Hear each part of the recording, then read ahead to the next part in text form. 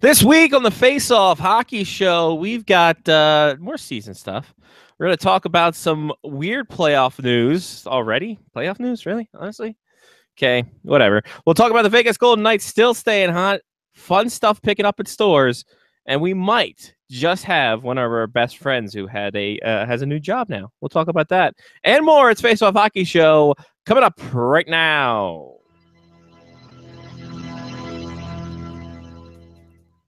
The following program is closed captioned for the thinking impaired. Choose your command. You have chosen the Face Off Hockey Show. I mean, hockey is my life. I've got on hockey underwear right now. The Face Off Hockey Show.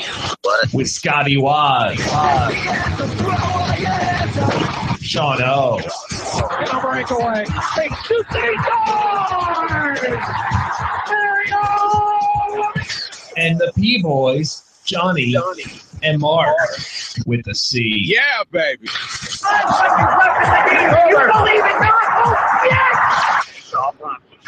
Here's your host for the Face Off Hockey Show, Scotty Waz.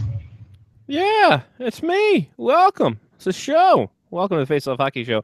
I'm indeed Scotty Waz, the producer to the stars. Johnny P is with us. Yes, And I did try to do some producing work tonight, actually. Bright Room, Johnny P. Yep. And Mark with the C joins us as well, coming in. Yeah, I'm here. I Just think. checking in from the West Coast piece. Mm-hmm. Peace. Yeah, I made some changes. There was a banner raising in my house this weekend. Yeah. Which one was that, Mark? Is that the? Hold on. I think that's 2000, 2001. That's Or it's the 1999, 99 to 2000 and the 2000 2001 back-to-back Southeast champions. Yep. Banner raising over my. That's my left side shoulder here. And That then was I also 2001 opening night, and the microphone cut out during the anthem. that's right. That was against the Devils. Yes. Yeah, I remember that. That was a great night. I mean, I'll say it. I've said it again. I've said it in the past, and I'll say it again. But I feel like the fans singing the national anthem is the best national anthem. I agree. Scott, I'm what's with your it. hot take? I have to wait. It's a tepid take. Trademark tepid take. Scotty Waz's tepid takes. Because you don't want to burn your mouth on these hot takes. So you wait Sure. till it cools off a little bit. No, I think fan participation, especially for the Star Spangled Banner, because it's such a it's not like "Oh Canada" where it's like 20 words and you just repeat it. It's not like a punk song where you can just repeat the chorus over and over again. With the Star Spangled Banner, you have to have some work. You got to know the damn thing. You got to do Yeah. work. I did always appreciate the Canadian national anthem, though, because you say it in English and then in French, just in case, right? Well, just I that mean, one. I little know it's verse. different words, but still. That one verse in French. Like we Yeah. can't do the whole song in French. It's garbage. No one cares. Only one person cares. Yeah. So I did some other producing tonight too. Hopefully we sound cleaner. I tried to listen to some of the previous shows and adjust the range knobs a little for low, medium, high for all of us, and the music actually. So we'll see. Hopefully it comes out cleaner. It sounded cleaner to me, and the irony of that is that my ears are way better than me being able to smell things. Right. So that sense got a lot stronger. Yeah. Obviously, it had to. Couldn't smell shit. I mean, literally sometimes. I tried to listen back to the show and I just couldn't. Not just because of the sound quality. It's because I was already there. I don't need to listen to it again. I was already here. That's why I don't like editing the Cyrus Drum Bubble, because it's like I already heard Jen and I talk for an hour. Why do I need to listen to this over again? Oh, right, to put in ads. Got anything to say there, Hudson? Hey, he's got clothes on this week. Yeah? No? Nothing to say? Okay. See, this would be the time that Sean Leahy shows up. Are you okay now? Did you get a burp? No burps? Bless you. All right. There you go. I guess he's okay. Maybe he realizes Sean Leahy's about to come on, and then I was hoping he was going to run in while we were doing that, but I'm Sean hoping Leahy. so too. By the Good way, work. that's who will be joining us in due time. Sean Leahy, now of NBCSports.com, the head honcho there. Yeah. Yeah, the blood feud's going to be amazing once this all Yes. gets up and running. Yes. Oh, and speak. ABC versus NBC. Yeah, speak of the devil here, ladies and gentlemen. He is the man who is going to take over for Jimmy Fallon in 5 years' time. Sean Leahy. Sean, welcome and congratulations on your new gig, sir. Hello, boys. Always good to be back with you all. Yes, you missed the other baton. Well, one of the other Yeah, Patanzos. You just missed Hudson. So there was 3 Patandos on the show at one time. Is that what you're trying to tell me? Yeah, there was like legit. Not I don't just, believe it. And Not zero just- fake mustaches. Yeah, I was gonna say no mustaches, no luchador mask. It was a legit third Patanzo. I think it's probably like a mirror or something, and it's dressed up. The show went from a doo-wop to a 3-wop. It was great. Sounds like a good Friday night. Three Zing, brothers. we're off Train. we're off to a great start, guys.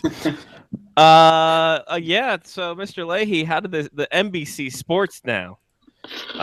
And I was glad to see that they kind of put because I've had people who worked for NBC before, and they're like, yeah, they're gonna make you keep it under 300 words if you ever work there. Sean Leahy's writing like freaking sonnets and all. I don't know what a sonnet is. He's writing long form at the NBC. I'm glad that you had this freedom because you, sir, are a master of the written word. Well, basically what I told them is, this is what I want to do. This is what I want the site to become, I should say. And they were on board, and James, Joey, Cam, and Adam. These sound like made up names. Yeah. The crew who have I been think there. actually, Mark, isn't Joey one of our cousins? Yes. They're actually a Backstreet Boys backup group. They play club stuff. But the crew that I inherited were very keen on that idea and have hopped on board. And so slowly over time, we're gonna build into to my vision here. So looking forward to it. It's been good. Been a good week so far. Have you been introduced on live television yet? I feel like we need to get the Sean Leahy live television gig. No, that was brought up actually, but that was like they were just throwing ideas out, and I warned them. I said, I hope NBC Sports is a really good makeup artist because I am very pasty. If I'm on the set with Catherine Tappan, all you might be able to see is like the clothes or my hair. Everything else just be translucent, so it might be tough. So I think you kind of spruce me up a little bit to look all right. It might work out. I like the bold choice tonight, wearing a white shirt with your fair look, I got to support the team, right? So I got my Yankee shirt on. They're up 4-0 here in the 6th, looking good. So if I randomly yelp here while I'm on, it's because the Yankees did something good again tonight. Oh, I thought it's because you sound a great like Thai place, and you're just like, I got to yelp about this. See, that's a social media joke, kids. Can I hear that act Sunday nights at the Funny Bone in? Oh yeah, guess it. 2-for-1 specials, baby. You call it after 10 o'clock. 10 o'clock show completely different from the 7:30 show. Oh. It's really It's the weird. After Dark show. Exactly, it's really After weird dark. because I just get up on a table and just start performing, and no one actually pays me. And then they ask you to leave. Sir, please, the Chick-fil-A is about to close. It's Saturday. We have to be off tomorrow. Get out of here. So one of the things that you wrote about is something that has been a buzz of the hockey world, and that is the beautiful SPHL. And boy, howdy, is that something that we have to talk about. So the SPHL is doing a pick your poison playoff procedure. Oh God, if they do that alliteration, those hicks won't know what hit them. So. Sounds like a surgery option. Hey, you want an appendicitis? You want your kidney taken out? Listen, I can give you a little bladder cystoscopy, and I can give you a little kidney transplant free of charge. Sounds like That's, an option a mobster will give you if you owe him some money. Yeah, or moonshine. It might be moonshine down there. Pick your poison playoff format or whatever. I didn't even catch the last P. I know, it's weird. Who does like to touch the last P unless you're R. Kelly? So the point is this: the SPHL, the top 3 seeds are going to pick obviously the first seed is going to be able to pick their bottom seeds and then go from there. Great idea, revolutionary idea, or just a single A league trying to get their name out there? Yeah, I think I know people always bring it up when discussing the NHL playoff format, but I think it works in the lower leagues. You know, a league like the SPHL or even maybe the ECHL, just because those leagues, you know, they're able to be innovative because they need to be different. They need to stand out to create that buzz and kind of make things interesting for the fans and kind of separate themselves from the AHL, the NHL, but also stick to the basic fundamentals of running a hockey league. So I think it'll work well, especially down there, because it'll create rivalries, it'll create interesting storylines. Why did the number one team or this team pick that team to play in the first round? Maybe some bulletin board material for the lower seeded team heading into that first round series. So I think it'll work. I spoke to Jim Combs, the commissioner, the other day for the story, and he said, well, we're going to see how it works this year. And when he brought it back he met with an executive from the Erstbank Liga in Austria over the summer, and heard that they did this, and I think the Elitserien in Sweden did this several years ago. He thought this was a great idea. A week later, sent it to the other owners in the league, and I was kind of surprised. I asked him, "Did you get any pushback on the idea?" And he said, "No, they were unanimously on board with the idea. They thought it was a great idea, and so they're going to try it out for this year, see how it goes." But it sounds like this is kind of here to stay. Maybe they'll tweak it in the future depending how this one goes. But they're going to have that Selection Sunday event. It's going to be broadcast, either over Skype or Facebook. They're still working that out to their fans and seeing what those top teams do in their selection. So yeah, I think it's a great idea. I think it's going to work for them. It's going to be fun.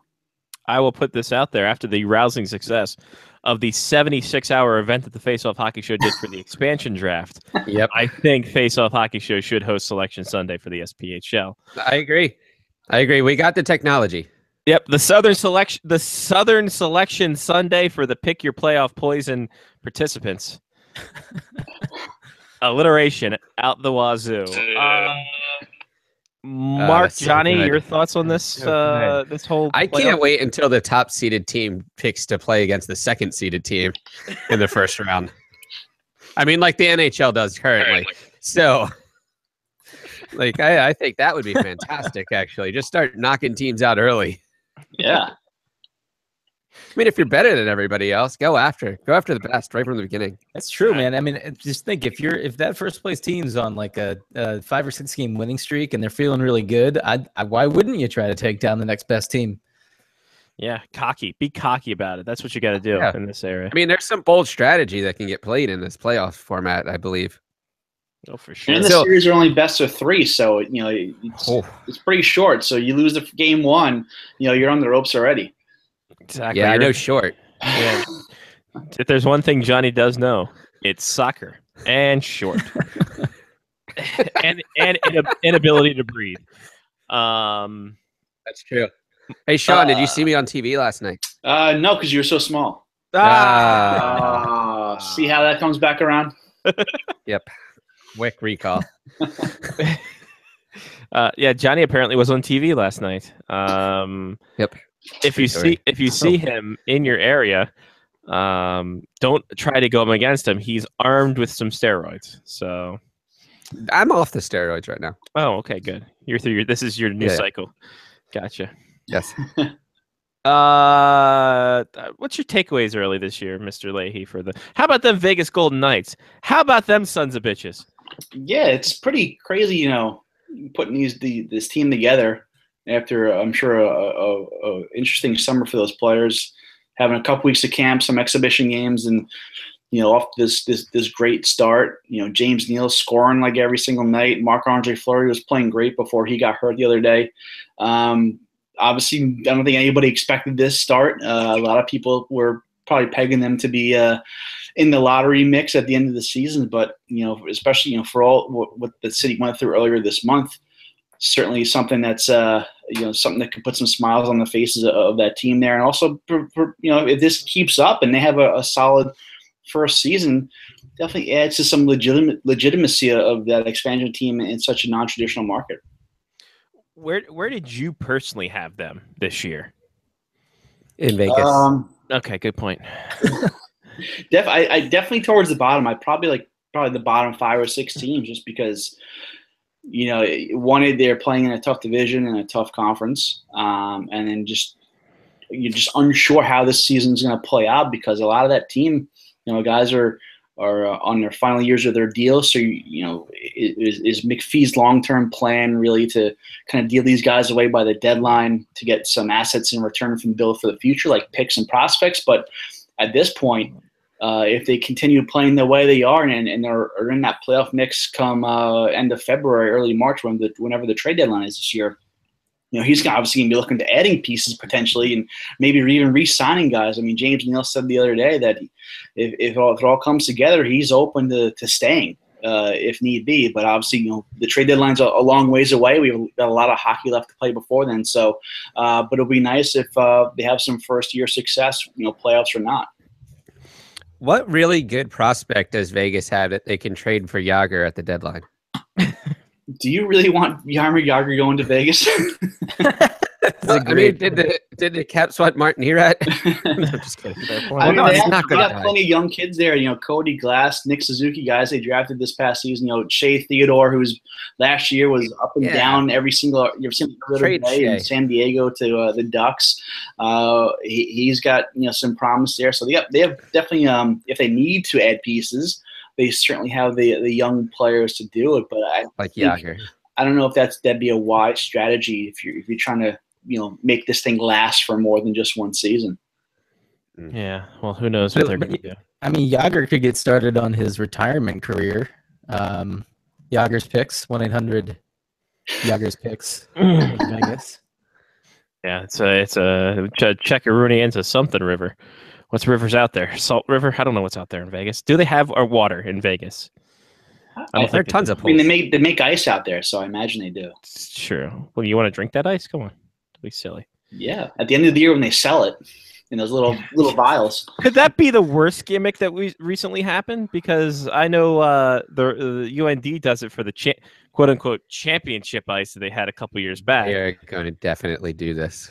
Like, it seems like the simplest. Like, how do you even validate that? Like, how do you have like a guy there from Beckett grading the ice?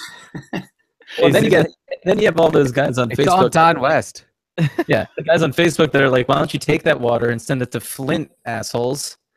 Well, I don't know if you want to send that water to Flint. Fill with spit and snot rockets and it's still better. Bodily fluids. Yeah, it's somehow still clear, and they don't care, and they're fine with it. Like, this is great. Don't worry, guys. Jesus. Any other starts of the season that you've seen that's the Oilers only winning one game so far? The Coyotes triumphantly becoming the Coyotes once again. I'm glad that they're new coach, new goalie, same old results. Is there any other stories that stick out to you? You want to bite on Nikita Kucherov and how sexy he's been for the Lightning? He's been great. I mean, look at even the St. Louis Blues winning their first 4, despite losing Fabry, Bouwmeester, having the injuries there. Tarasenko with some nice goals early on. But yeah, Kucherov has been amazing. Then the Lightning were actually my pick to come out of the Eastern Conference before the season, and yeah, I was hoping for good health there. We saw a lot of some of the young players step up last year when Stamkos went down. I mean, Braden Point, one of the big young kids who stepped up and had a nice season, and so far is off to a good start playing alongside of Yanni Gourde, who also played well last year, and Andre Palat, one of the ex triplets there. But the way Kucherov's playing with Vasilevsky is kind of taking the number one job and made it his own. Obviously a solid coach there, and obviously a solid foundation of a team that's had some deep runs in the postseason of late. So if they could stay healthy, I could certainly see them being the team coming out of the East come late May, early June. Oh my God, I wouldn't be able to hear the end of it. And you know what? If they make this Stanley Cup final, all the writers will be happy because Tampa apparently media loves them. Media loves Tampa. Never been.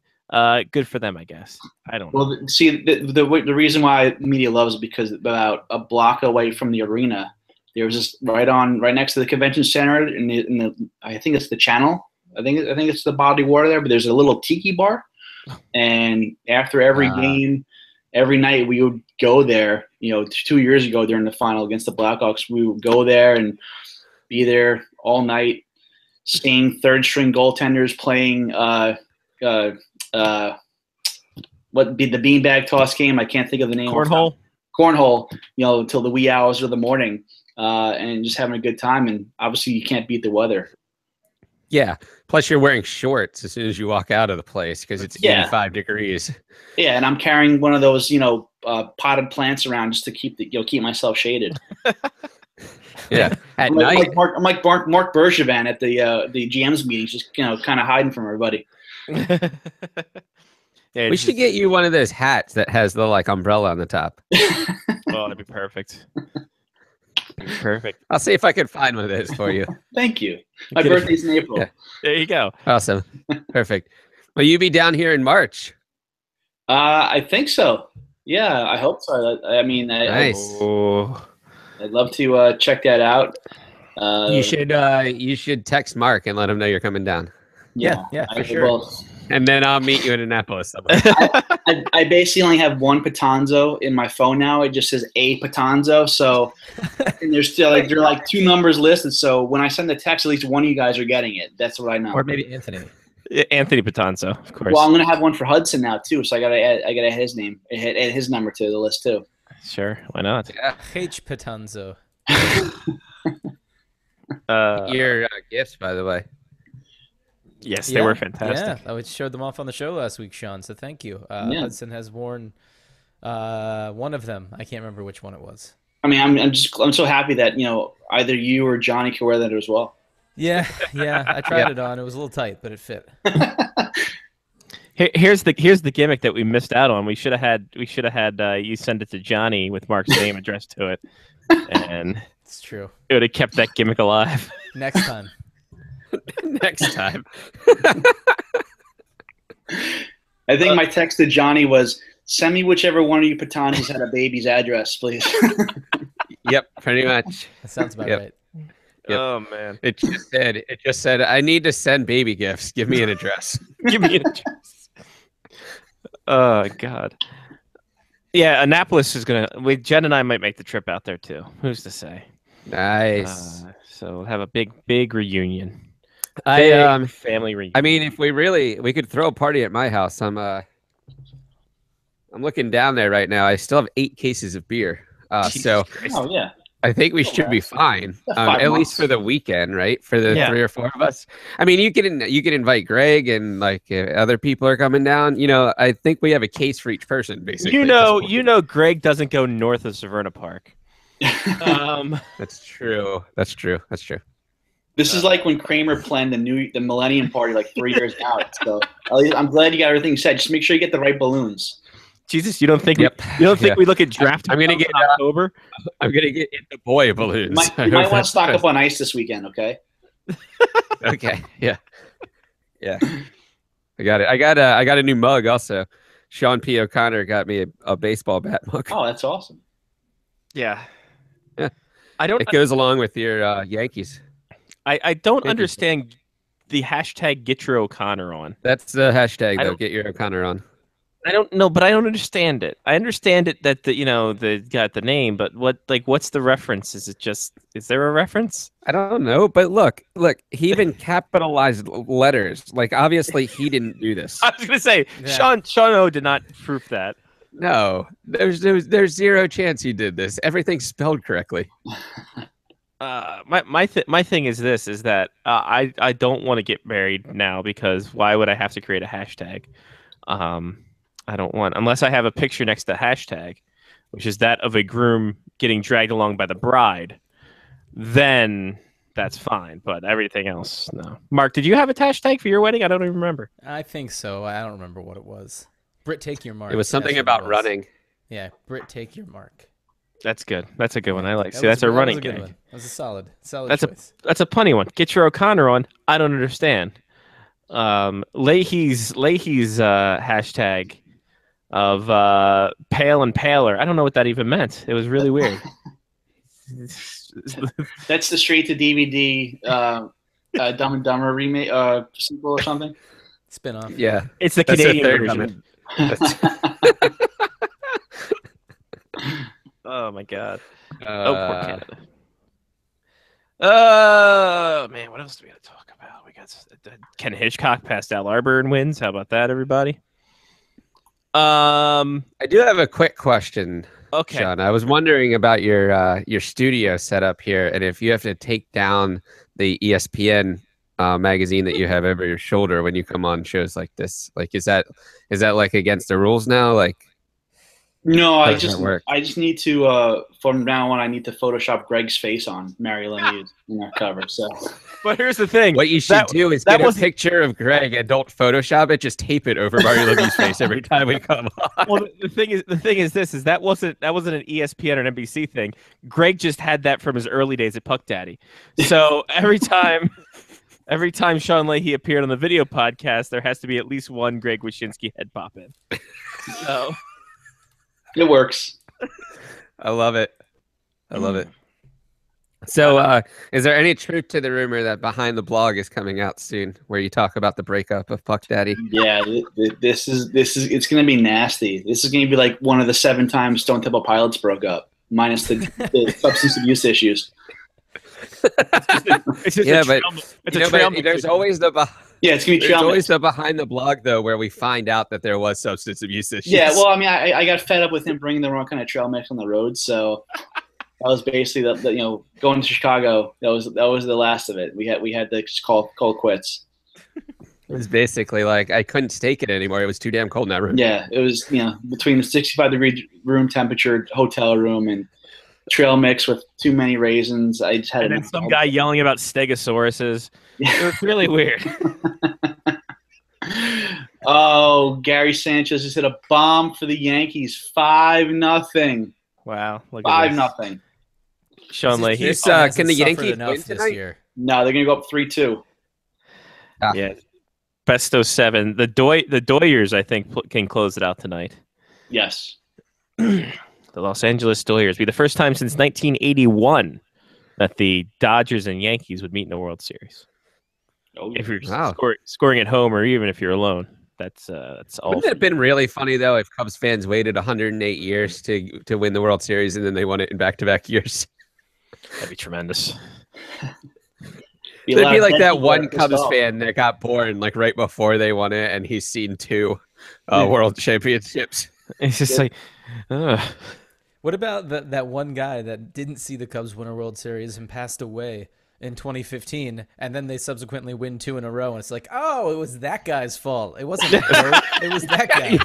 Are you serious? There's like 68 of that guy right now in Chicago that died right before they won the World You're just gonna see his Series. fist come up through the ground. It's gonna shake in madness.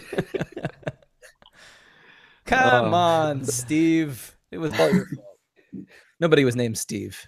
No, poor Earl. Oh God, Earl had to die. Earl. Goodbye, Earl. Remember that song? It was a great song. Dixie Chicks, everybody. Dixie Chicks drop. Wow, we've cut deep tonight. We're really cutting deep. It's really weird. We got Sean Leahy's got a job. We're celebrating. It's a great. It's time. like the first cut. I think it's great that each of our friends got new jobs in really great places. Well, Sean got a great place. I think Greg's going to be on First Take next week. It's really weird. It's bizarre. Baiting cheese doodles with Stephen A. Smith. That'd be fantastic just to see that. What does NBC SN have a morning show? I don't even know. Dan Patrick, isn't it? Yeah, I think Dan Patrick, they simulcast his radio show for. Oh, 12. Yeah. Sean do. Leahy and Dan Patrick on the same show. You just gave me a visual of Greg and Stephen A. Smith yelling at each other, and I can't get. I want to see that. I can't imagine what they would. Stephen A. Smith would Hold just on, be no, like, in "What your is vision- So hockey?" you're telling me the AT-AT was not working for the Empire? I love Austin Crazy. Matthews, but So, but which voice does Greg use? I mean, does he go with Andre the Giant right off the top, or does he come in with like that as his hard hitter? Greg has 2 voices. It's actually 3 voices. It's Andre the Giant. It's his poor attempt at Ryan Lambert, and then it's his Sean Leahy, Donald Trump, etc. voice. Yeah, it sounds like I sound like a Joe Pesci henchman from Goodfellas or something.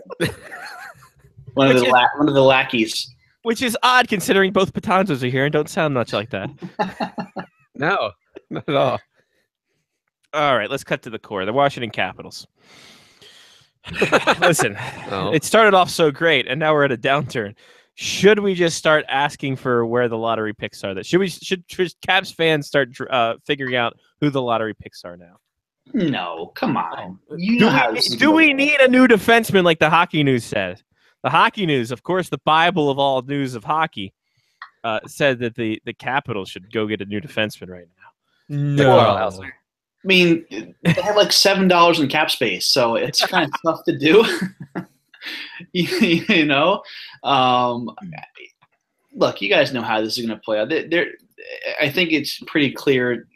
I think everyone's in agreement. They're going to take a little bit of a step back, but not miss the playoffs. Like they're still good enough. Hope he's still there. And obviously, we know despite losing a guy like Justin Williams, they still have the offensive firepower up front. But obviously, the blue line is certainly an issue. And as we just mentioned, they're very tight at the cap. So Brian McClellan's going to have to get creative if that blue line doesn't pan out. And it's still early days. Ovi's obviously he's not going to be scoring like he is throughout the season, but he's going to good for his at least 30 goals at this point in his career. So it's going to be interesting to see if maybe he makes a call out to George McPhee and they work on a deal because, as you know, Vegas has a slew of defensemen in their system and on their roster that maybe they can free up some space there. So it's pretty clear that at some point that might force a move from McClellan.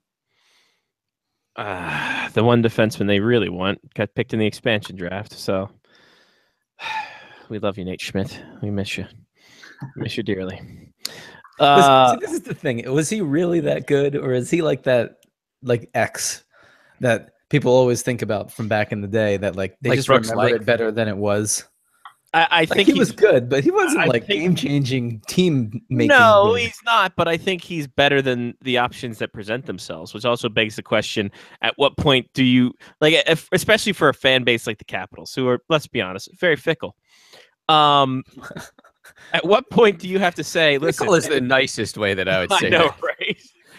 Well, batshit crazy doesn't sound right off the tip when I'm trying to be nice. At what point do you have to say, all right, guess what? We're starting the rebuild. You guys just have to get used to Christian Juice on the top defensive pairing. It's like, at what point do the Caps have to say, you know what? We're going full rebuild because we have $100 in our salary cap left. You can't go the way they are as long as Ovi is on the team and Holtby's still there and Backstrom's still there and Kuznetsov. Obviously, there's no way that they're going to go full rebuild.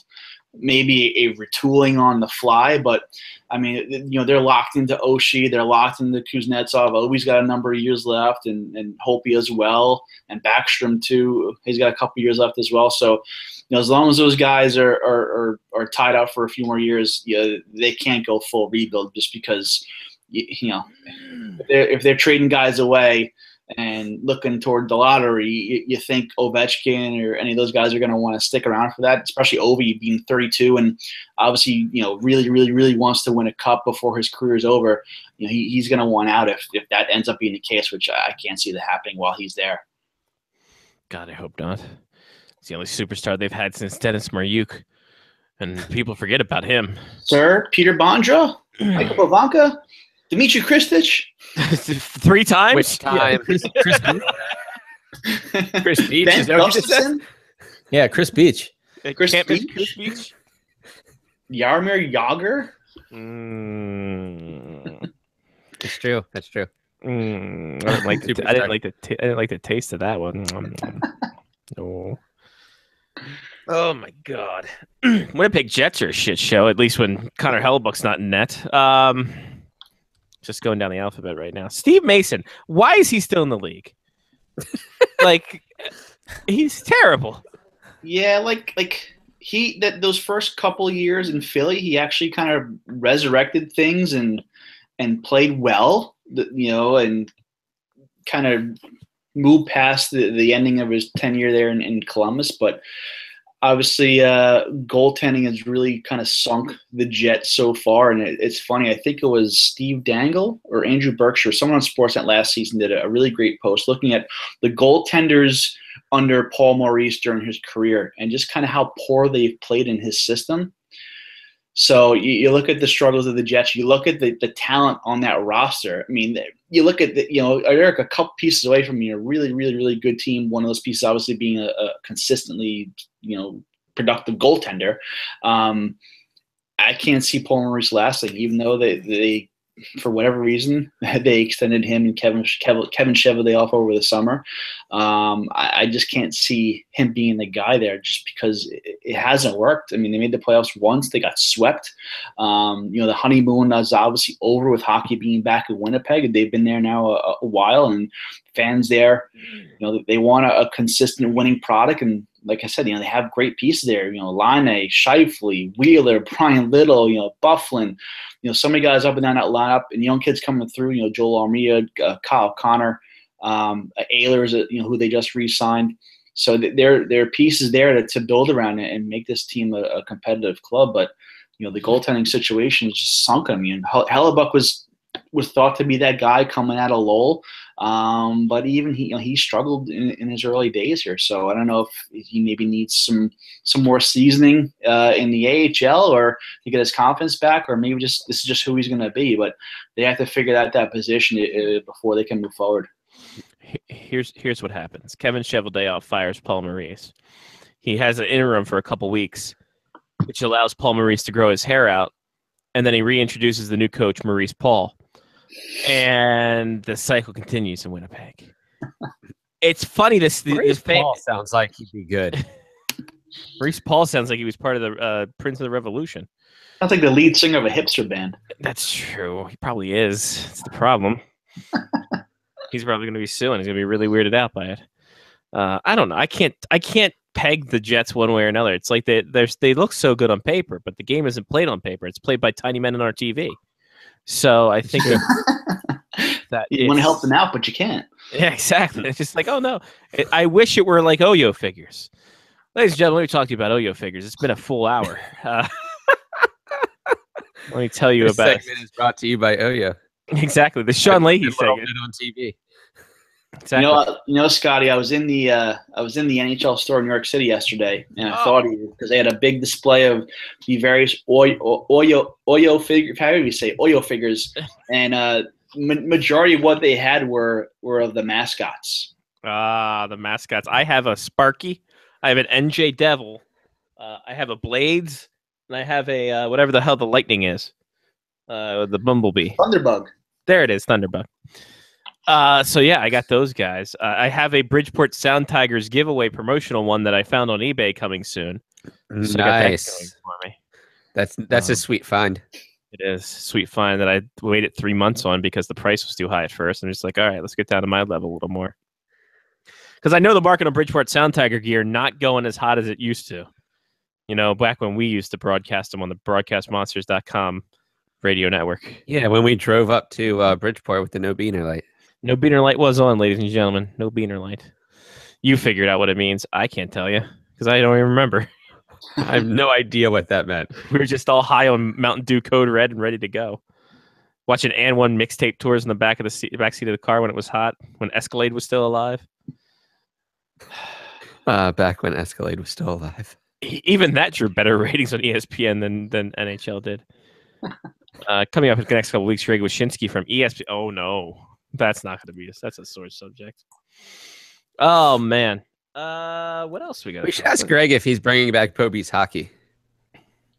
We should. Yeah, if there's one person to do it. Start a GoFundMe account to raise funds to bring it back. Hell, the Patreon's use the doing Puck well, Soup money. use that Puck Soup money that him and Dave are getting into. Which, by the way, Face Off Hockey Show is starting a Patreon, ladies and gentlemen. This is not a joke. We are going to start one. $150, and Johnny will go out on a date with you, male or woman. That's true. That's true. That's cheap. Yeah, right? Yep. Sean Leahy's counting that NBC money. And, he's like, I can get it. Yeah, I am not above whoring myself out for this show. Bringing it back around to the SBHL, you can have a Pick a Patanza segment. Oh, there it is. Well, It's too. Yep. We can probably find 8 Patanzas actually. We have to get Johnny advance notice to like grow a mustache or beard or something, or do something with his hair. In a bracket style format, pick your Patanzo. Sweet 16, pick your Patanza. It's interesting though because the first seed is Hudson. So It's true. He's got lots of potential. yeah, Oh man. massive wingspan too. He does actually have an extremely large wingspan for a baby. What does that even I'm mean? glad you classified that. Jay Billis, nice work. Mark's going into like in the pediatrics board, just Yeah. babies in their thing, just measuring their wingspan. Yeah. And like, sir, please. He's long too. Very long. Of course. Yeah. Oh man. Plays a Patanzo. Yeah, that's true. That's true. So all these picks of the Edmonton Oilers going to the Stanley Cup, they look unfounded now. Boy, the Patanzas look stupid, don't they, Sean? Dumb. Who were your picks? You picked Tampa, and who was out of the? I had the quack Anaheim. No longer Mighty Ducks of Anaheim. Who right now are not even in a playoff spot. Well, listen, it's early in the season. If the season ended today, we'd be gypped of 8 months of hockey. Yeah, and some teams are probably pissed because they didn't play enough games. That could have got them in the playoffs. Exactly. How did these guys play 10 and we've only had 4? We haven't even had our home opener yet. I don't know. It's the NHL. It's wacky. That is weird though. It took the Flyers like 3 weeks to have their home opener because we're on that like West Coast swing.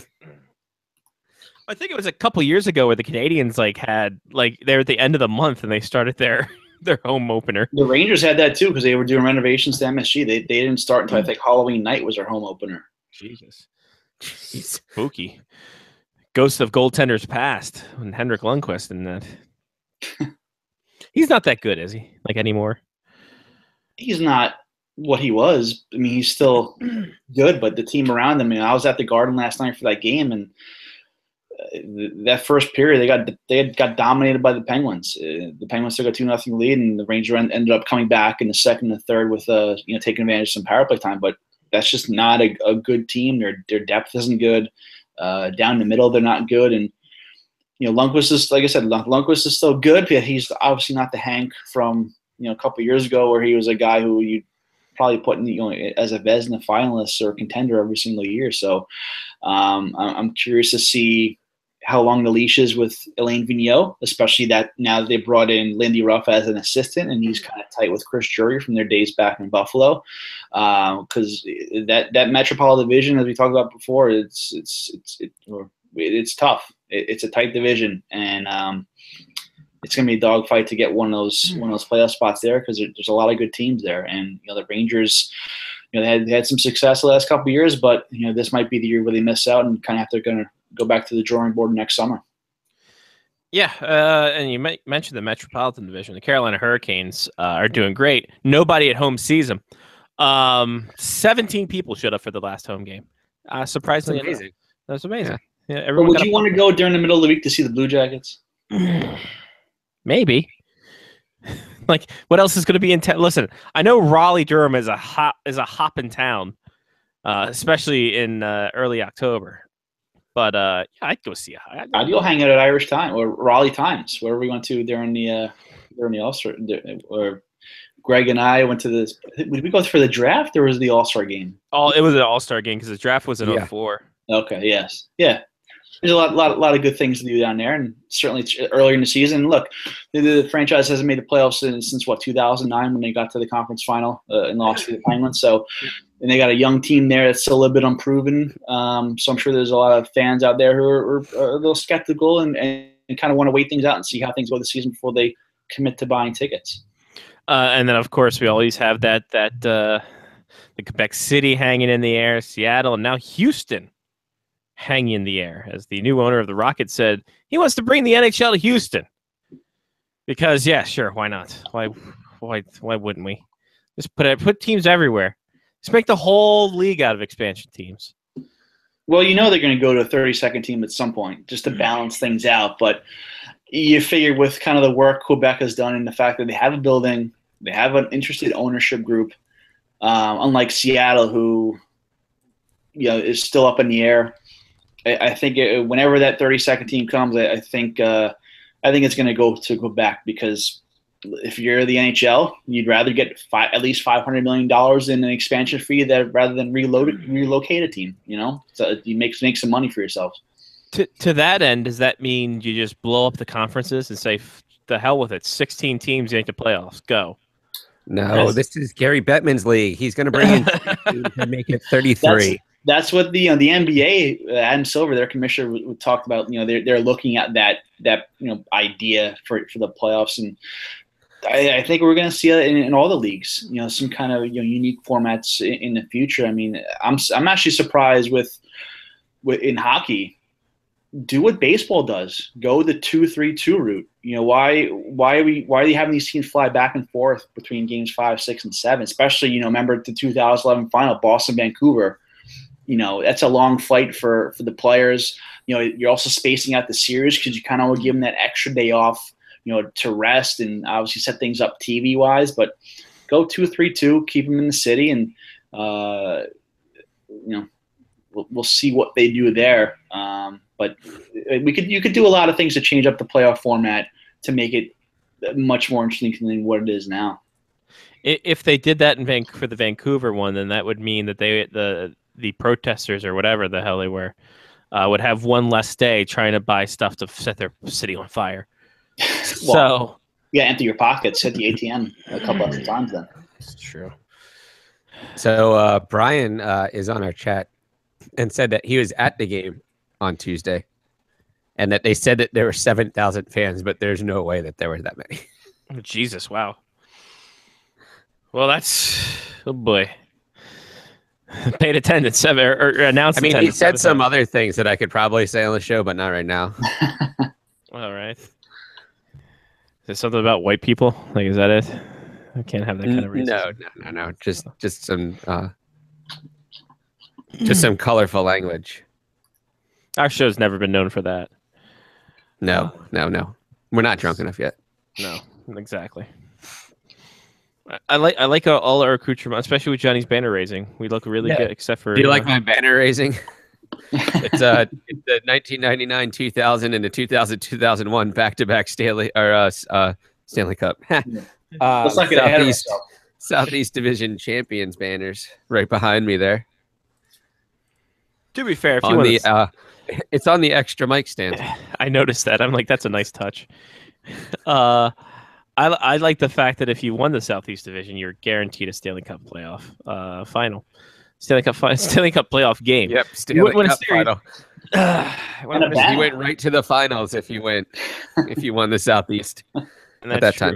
A banner would be perfect. Yeah. Oh, bad. I'm telling you.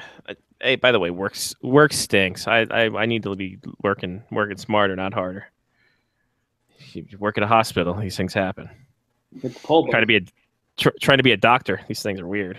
Well, soon you'll be taking over the Oyo franchise. So, listen, I'm not saying the Oyo Empire is going to be mine, but I've got buildings in Baltimore ready to go for all the people in Dundalk who want to have. Yeah, but they're made out of Oyos, so like they're easy to bring down. My thing is this: is if we had a lot of people in Dundalk and an Oyo factory started, the Baltimore accent would be just booming. Yes, be tremendous. Oyo, Oyo, hon, I'm gonna work for Oyo. Going down the ocean, see the O's playing the Oyo, and just be like, fucking the worst. You could add extra O's to it at that point. It's like Canadians with the U's and just throwing U's everywhere. Just put O's in there and it's fantastic. Oh my God, I'm heaven. I think Jen's doing a podcast in the next room because she's yelling at a high rate of volume, and I hope she's not yelling at the TV. Podcast. She's probably watching the Canadians. Maybe, perhaps. The Crips. The Russian Machine guys wanted to have her on as a guest because she did her Washington Capitals week. I did get this for. I got this for Jen at Modell's. Oh, that's sweet. This week, it's pretty nice. Got to go to Modell's. Old Caps logo, old timey cream. Get the money, dollar bills, yo. Yeah, it's awesome. Nice, solid work. I sir. can't tell if I should send it or wait for you guys to come down to the game in Annapolis. That's probably send it. Probably. I don't know. Do whatever the hell you want. I'm not your not your supervisor. I don't give a shit. Well, I don't know where to send it, so I'll send it to Sean Leahy, and then Just he give can it to get my. to you. Just go to my mom's house. Drop it off there, and Stan will find a way to get it to me. That's true. It'll end up in a care package. The care package, Burger cookies. Yep, burger cookies and crab chips, and away we go. I should just do that. I should just give it to your parents. They're 2 minutes up the road. Anything else that's piquing your interest there, Mr. Sean Leahy, Mr. NBC, Mr. Jimmy Fallon, Mr. Seth Meyers? Are you going to be on? You're going to be on Jimmy Fallon anytime soon? No, who's like The Voice. Tom Snyder still late? I don't know who. Carson. I'm gonna be on Carson Daly at like 1:30 in the morning. I'm gonna be on Carson Daly at like 1:30 in the morning. I think Tom Snyder's been long dead. Oh, sorry. Is Carson Daly still doing that garbage show? I don't know. Carson Daly's think doing he's The trying- Voice. Is he? Is he on the new TRL? Last call with Basically. Carson. Last call with Carson Daly. Well, I'll be damned. You still doing it? I'm looking right now. It looks like there could be. Hold on, right? Yep. Please tell me it's still going. Yeah. Wow. It is. It's still going apparently. Wow. Nice. I look forward Amazing. to Sean Leahy being on with Carson Daly. One. It's either that or their public access channel, like 4:30, 4:15 to 4:17 in the morning. Exactly. 17 seasons of the Last Call with Carson Daly show. 1,767 episodes as of May 25th, 2017. Who was up watching it that late? Crack 1:30 Australia. What kind of celebrities are they getting to agree to go on a show 1:30 in the morning Eastern time? Lindsay Lohan. Yeah, kind of. It's not live. Lindsay Lohan isn't awake when they tape during the day. No, but if you're a celebrity and you're promoting a movie, are you going to go on a show that airs at 1:30 in the morning? Well, it depends on how good the movie is and what Yes. kind of celebrity Is you it, are. is it a Skinemax? Well, that's why you're going on at 1:30 in the morning and not at 11:30. I think about that now, and I'm like, even an interview at 11:30. I'm like, I'm never watching either of those things at 11:30 or well. Then again, now I All might right, be up at, here- now I might actually be up during that time. So shockingly enough, he's in repeats this week. So tonight's episode, we're taping this Wednesday, October 18th. Maria Sharapova, She was great for like 3 rounds in the U.S. Open. Jessica Hernandez in the Deltas, and Ari Shafir. Okay. Yeah, no, you're right. You're Sounds good. Jay Farrow was on at one time. Tim Roth was on. Everybody, Tim Roth. So are they just hoping a lot of people set their DVR? That or like a lot of people in Central Time think that Seth Meyer comes on at 12:35 Central Time.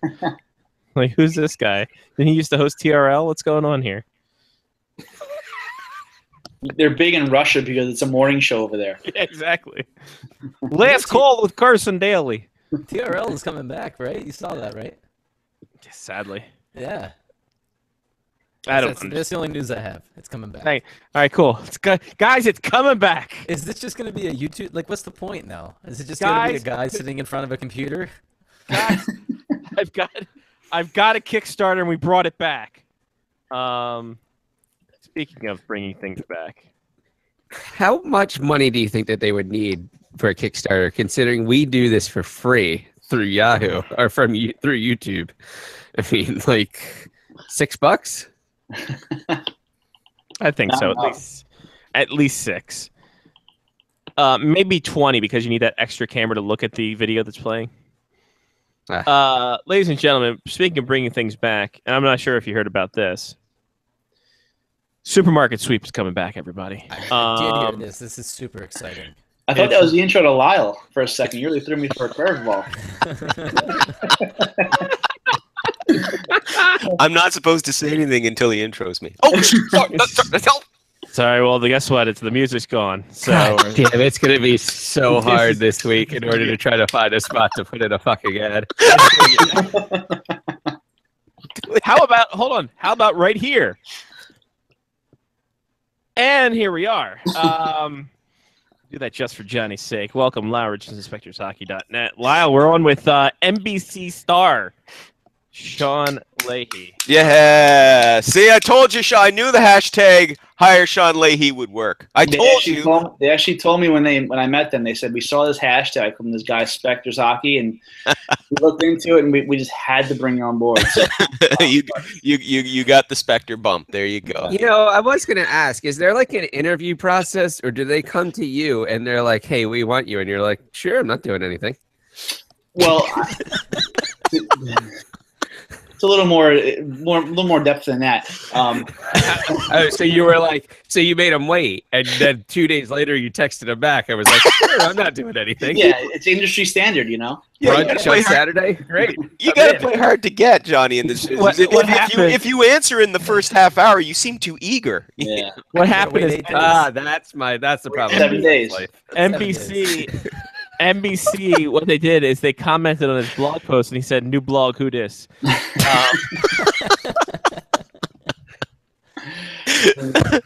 The two guys who ran it before, Jason Bruff and Michael Halford, the current bloggers, took a radio gig with TSN Vancouver, as well as they're heading up the Athletic in Vancouver. So they announced they were leaving, and when they told NBC, they said, "Hey, we got a great guy in mind."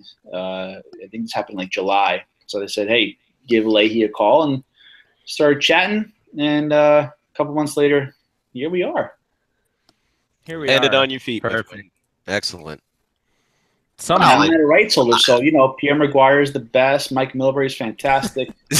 NHL is wonderful. Oh, see, they got to him already. They got to him already. Has Pierre McGuire gotten really awkwardly close to you yet? Damn it! Actually, it's funny, Johnny, because that was actually the interview process. So, and you lasted more than 2 minutes, so you were hired. I was literally between the glass. God, it's like one of those. It's like one of those glass boxes where they throw up a whole bunch of money, and you have to grab as much as you can real quickly. Except it's just Pierre McGuire, and you have to try to get away from him. That's the weird part about the whole thing, right? Yeah, I passed. He passed. Well, that's good. Wait. If you passed, does that mean you escaped the box or you didn't? I can't reveal. Ah, there you go. That's part of the He's interview not really process. entirely sure. He just knows he passed. He just knows he passed, and he will never speak of it again. He'll be in therapy for a year I'm now. gonna suppress that memory. Yeah, there you go. Yeah, just roll it up into a tight little ball of rage and just push it down. There you go. Oh man, I think the best part about the whole thing is that he went up to Doc and Edzo, and Pierre said, "You know what? I love this kid. He went to school in Florida. He's got a great head on his shoulders, a little bright in the skin tone, but I think he's going to be pushing. He's going to have fun out there blogging." Yeah, he knew I played for the Wall Bombs Little League team back when I was in second grade. So he knew my bio inside and out. He knows Exactly. everything. So He knows everything. It's amazing. It's the most amazing thing I've ever seen in my life. So we do have a question on the chat for everybody that's on board right now. They're asking why Tom Wilson hasn't turned into a great hockey player yet. Because he's Tom Wilson. Thank you. Next! He's circling dates when they play the Blues so he can get another suspension. Is that just a mini vacation? Or I mean, I know they don't get paid, but I don't think it's I really don't think it's something that most of them are that keen to have to go through. Yeah, no, I'm pretty sure losing money is not good. No, I mean even when you make as much as they do. A rogue Jen, hold on, let me see if I can you can come into this camera area because you can see. Maybe you can see. There's Sean Leahy right there. Hi, Jen. See, he's right there. No, I can't see because the microphone's standing. Okay, well then move your head out of the way the microphone's standing. Hi, everybody. Hey, Jen. Hey, I was just saying nice things about you guys on another podcast. Maybe you should be nice to me for once. Ha! I'm always nice to you, Jen. So am I. Johnny says he's always nice to you. Lyle says go to hell. Oh, now she knows that's not true. Thing. She knows that's not true. See, I got this. Yeah, that's the jacket. I know. Ooh, nice. Yeah. That's old school. Nice. Yeah. Yeah. That's a lot of vodka in this. Jesus Christ. Johnny, do you like your soccer figures? Yes, they're fantastic. They're actually right behind the Maryland flag. They're hanging out right now with Jim Carrey. He has them prominently displayed behind the flag, waiting for his thing, like my Oyo convention here. Sean's living room looks like my living room. Sean's living room does look like our old apartment. It's my office. It's his office. Oh. We also said that That's we're his waiting office. for him to Photoshop the Mario Lemieux picture to have Greg Wyshynski's face on it because it says ESPN. And the title is the great one. So I think it's The GR8. yeah, because his voice is terrible. I get it. It's grating.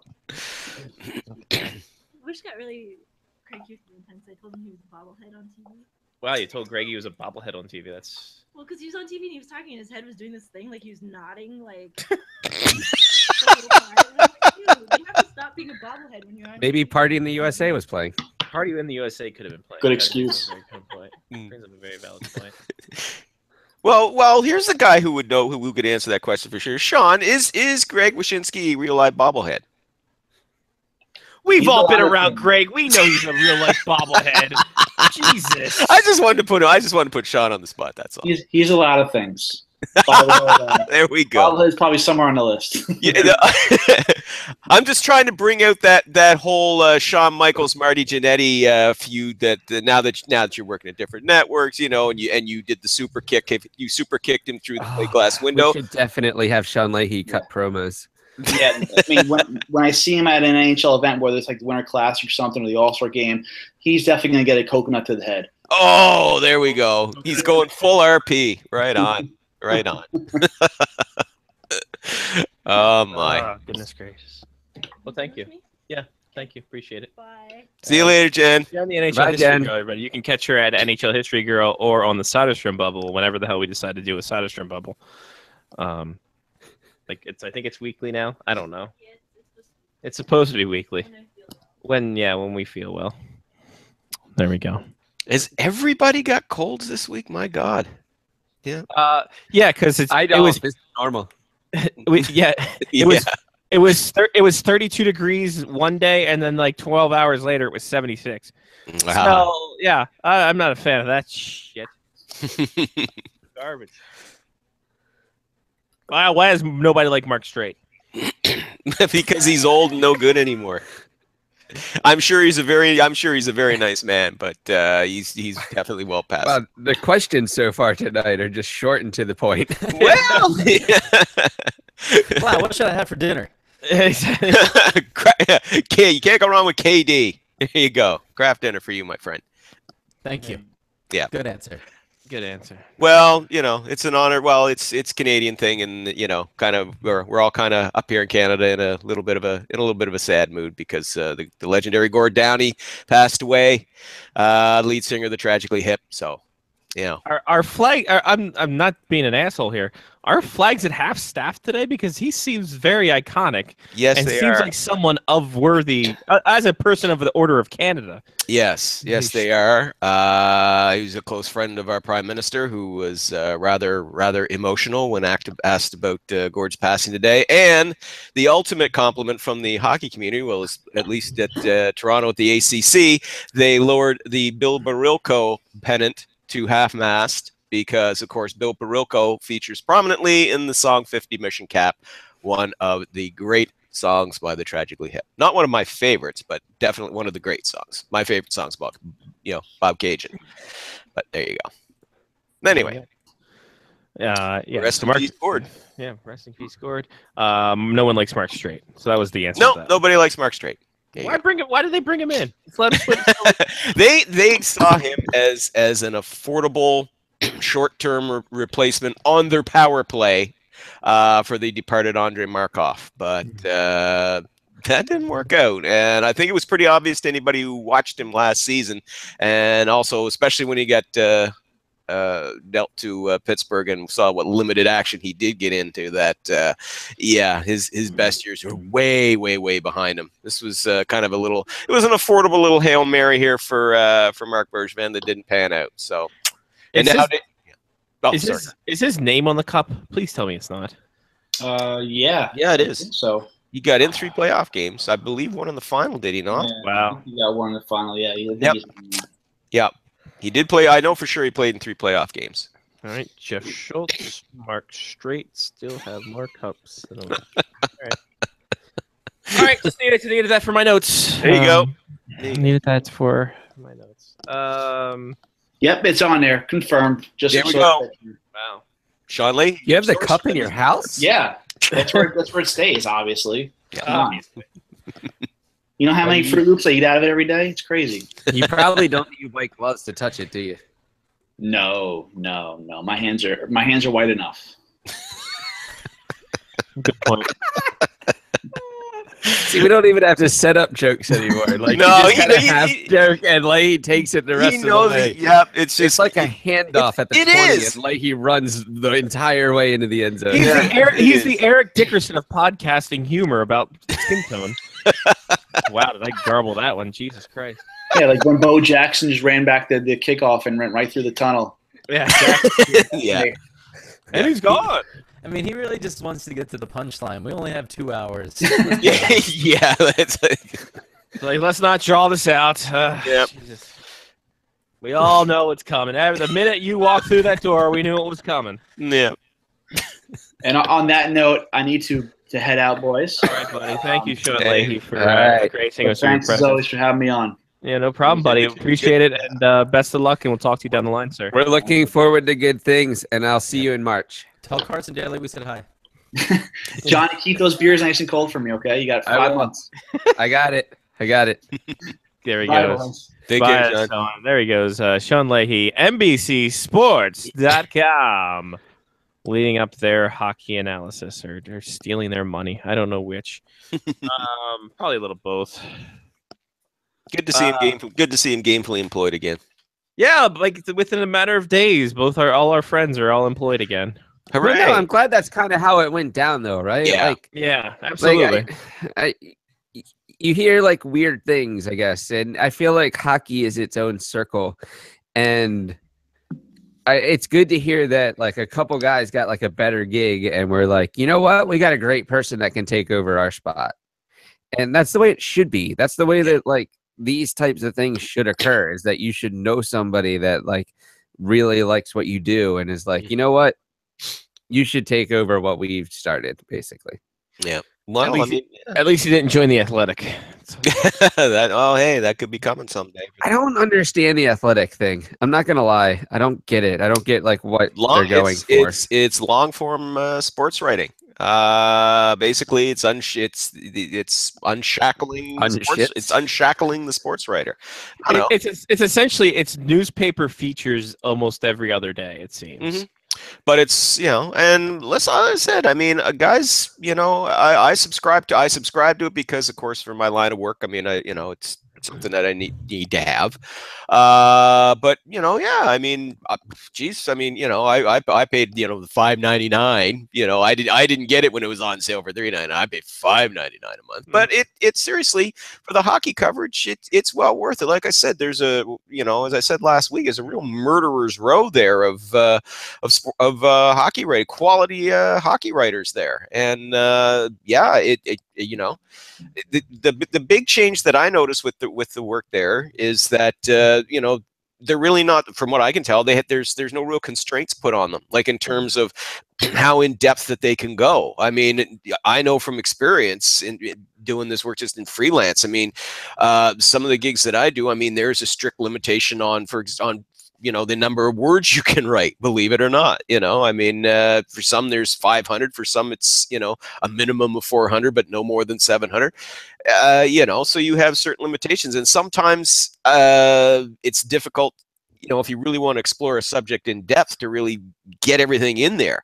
I mean, sometimes when you get replies from, critiques, say from fans, I mean, I'm not talking the "you suck" ones in the comment section, but, like honest to God, people saying, well, good point, but you forgot about this, or you did not mention that, and you have to go, sorry, but I didn't have enough room. I mean, I could only focus on just certain things. But for The Athletic, I mean, they're letting these guys go more in depth. Now, I'm sure some readers would probably find that too boring. And so let's face it, some folks, they read their sports, they prefer it short and sweet and concise. And I totally get that. But, if you're really interested in more in-depth analysis, I mean, The Athletic's good for that. So I understand that in the respect of, like, if that's what you really, really enjoy, right? Like, but is there a shorter version that's free that can a casual person can just kind of like peruse and then be like, if you want more type of thing? Or is it like you have to pay in order to get anything? I think they give like 2 paragraphs maybe, and they're like, if you like to subscribe. So it's like the ESPN like insider thing. Yeah, it's like, here's the teaser. You get 2 or 3 opening paras, and then if you decide that you like what you've read in the lead, then yeah. But I mean, they're not charging an obscene amount. I mean, as I said, I mean, for me, I subscribed to it. Started last fall. When James Myrtle started up doing the Toronto Maple Leafs coverage, and I followed James's work for years. And when he made the move from the Globe and Mail, I think it was last year, early this year, doesn't matter, it's whenever he started it. So that was enough for me because I liked James's work. So I was like, okay, yeah. So I kicked in $5.99, but now I've got this, it's just expanded, and I've got this large library now of as I said, some quality writers, many of whom I respect and admire, whose work I can access as much of it as I want, read as long as I want, and it's $5.99 a month. I mean, I find it worthwhile. By the way, I'm not getting paid anything by The Athletic, nor am I angling for a job. I'm just giving my honest opinion that, I like what I'm getting for my money there. My biggest thing is that where the hell are they getting the capital?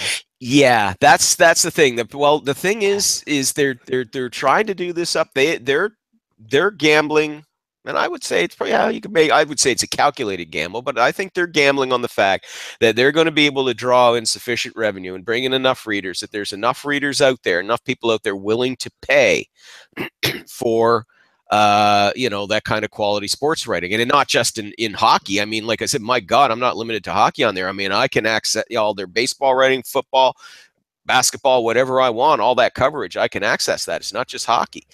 So I think their belief is that there's enough people out there, enough sports fans out there who like quality sports writing that are going to be willing to pay that kind of money. And I think that, over the next year, couple of years, they'll get enough subscriptions in that not only can they afford all the startup and everything like that and make back the money they've invested, but also to pay the people that they've hired on here to do this, because a lot of this don't look like freelance stuff. Some of these guys that are in there, they're doing this because that's salaried work for them.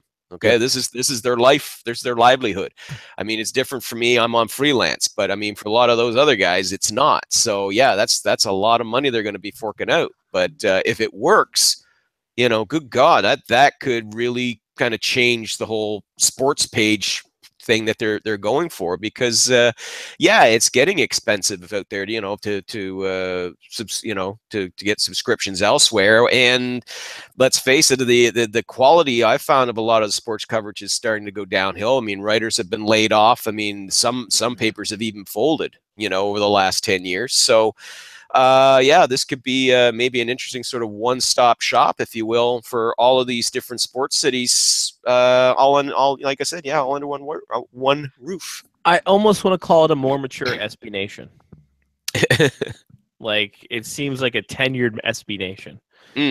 So because it is the different markets and stuff like that, but the writers have a bit. They're not more of a. It's not a fan mentality, I guess. No. This is they've gone out and hired some of the best people in the business there, and they've also hired some folks that you probably would not like because of what they delve into, i.e., advanced stats. But but still, I mean, guess what? I have the option to skip over that article. Exactly. You don't have to read it. I'll read more of Mike Russo going, "What the hell is this advanced stats bullshit?" There you go. Or you can read, like I said, you can read Pierre LeBrun or Craig Custance or any of the other guys that are in there. Advanced stats in long form has to be like a slow form of death. Listen, I listen. I'm not going to disagree with you there. I mean, some of the stuff the guys that and I'm not just talking some of the guys in the Athletic, but a lot of that they write. I mean, I am interested in it. I have, I do follow through with it again, and I've said it many times. I do believe advanced stats have their place in the game, but some of this stuff is such a deep dive. And yeah, they're very lengthy, and there are multiple charts up there. And you're looking at it, and they just kind of, after a while, your eyes just kind of glaze a bit. And I'm halfway through, like, okay, I got to go back and reread this because I'm starting to get lost here. After like, so Jesus, I think puberty's hitting.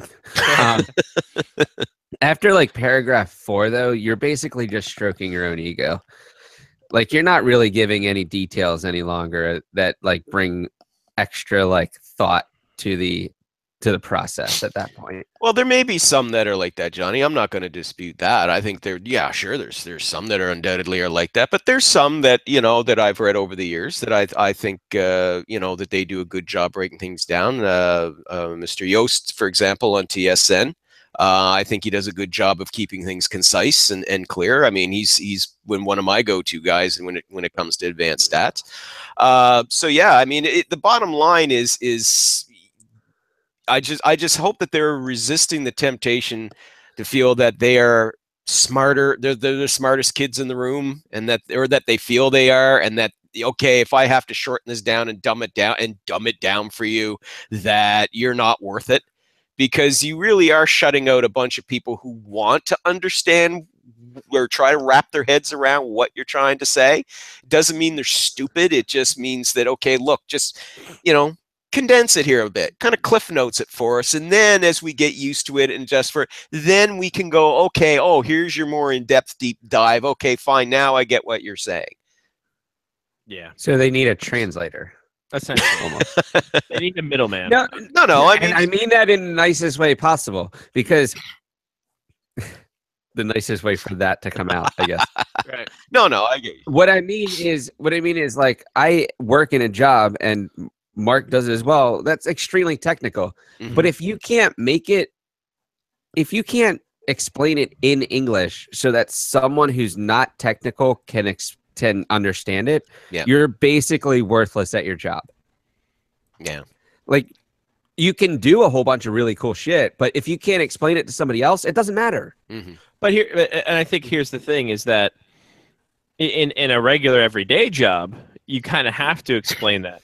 Whereas the stats people have a hovel amongst themselves, and they feel like they're the coolest kid in the room because they're the only ones. But this has to be an everyday job type of thing for that.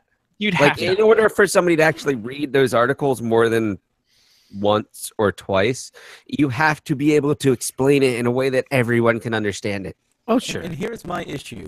My issue with advanced stats is that having all of this data is great, and I'm a guy that loves looking at data and figuring out. You should see some of the Google spreadsheets he's made. Figuring out what the relevant, here's